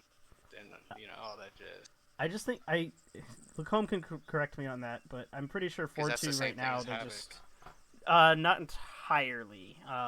It's mostly stuff like the heaviest weapons you'll probably utilize would be the 240, and then occasionally IDF stuff. But yeah, Lacombe can get with you that. I think they're just doing heavy weapons familiarization now, and then it'll be back to normal platoon plan. But yeah, you got Lacombe right here to talk done about that. We've already completed our familiarization. We just didn't know if we were doing mortars, because that's what they seem to be doing on TAC 2 every day when I play with them. So I was thinking we're waiting on the new mortar mod to get released, and once that's in the CAFAC, then we'll start using them. But until then, we're not. So it should be soonish. Probably just for familiarization on what we have. Yeah. Alright. But yeah, we're doing a lot of classroom stuff tonight, so we're literally gonna be using some tanks and just working around them is all. A lot of classroom. So I mean, if you want to join in for that, feel free to. But I'm not sure if I'm not sure what the rest of 4-2 is doing tonight regarding that. I mean, if he has his own tank familiarization SP planned, I don't think he knows that a Bravo Company squad is also participating with you guys. I haven't asked for Bravo Company squad, but I mean, if they're here tonight, or not, cool. Like a few guys, not like a whole squad. But... Well, I put a thing out to Miller a couple days ago saying like, hey, we got this going on. If you want to get any guys, let us know. Now, I do have a question. How come Charlie's doing tank familiarization? Because as air assault infantry or airborne infantry, you might end up working with tanks. You never know. I didn't know. I figured it'd be more IFV familiarization would be more accurate. I mean, it's all kind of the same. It's basically because we have no practice working with heavier VIX. So, like, if we're in an op and we ever need to, we're not going to spend this is like the 1 week we're doing it, and then we're not going to touch it again probably for a long time. It's not like we're spending a whole bunch of time on it. It's just like the very basics, like, hey, don't stand in front of the turret, guard the tank if it's in an urban environment because it can't really see much, and that's your job as infantry, that kind of stuff. My most important question, are we using the Abrams or the Leopard? Well, it depends. The principles are kind of the same. Yeah. But I'm using the Leopard. Visuals. I'm just using a Leopard because, number one, that's primarily what they're using. And number two, that's what the Finns use, so it kind of goes with our whole aspect of what we're doing in SP being in Finland right now. Is it better in the snow? Nah, I wish we had snow maps. It's worse in the snow. That's why they're so cheap. Yeah. Hey, who's your ASL, Geki? I don't have one right now because I got a bunch of hooligans that don't like taking leadership positions. Eversman. I mean, you're not the only one. You got the entire platoon staff that agrees with you right there. Yeah, I have a bunch of corporals. My squads. You've got the entire platoon staff from both Bravo and Charlie that agree with you there on me being a doesn't want to take leadership. No one even wants to be in our squad. Keep transferring out. This is our 5th squad leader in less than 2 years. Yeah, it's 4-2 is definitely interesting, but I mean, we'll see.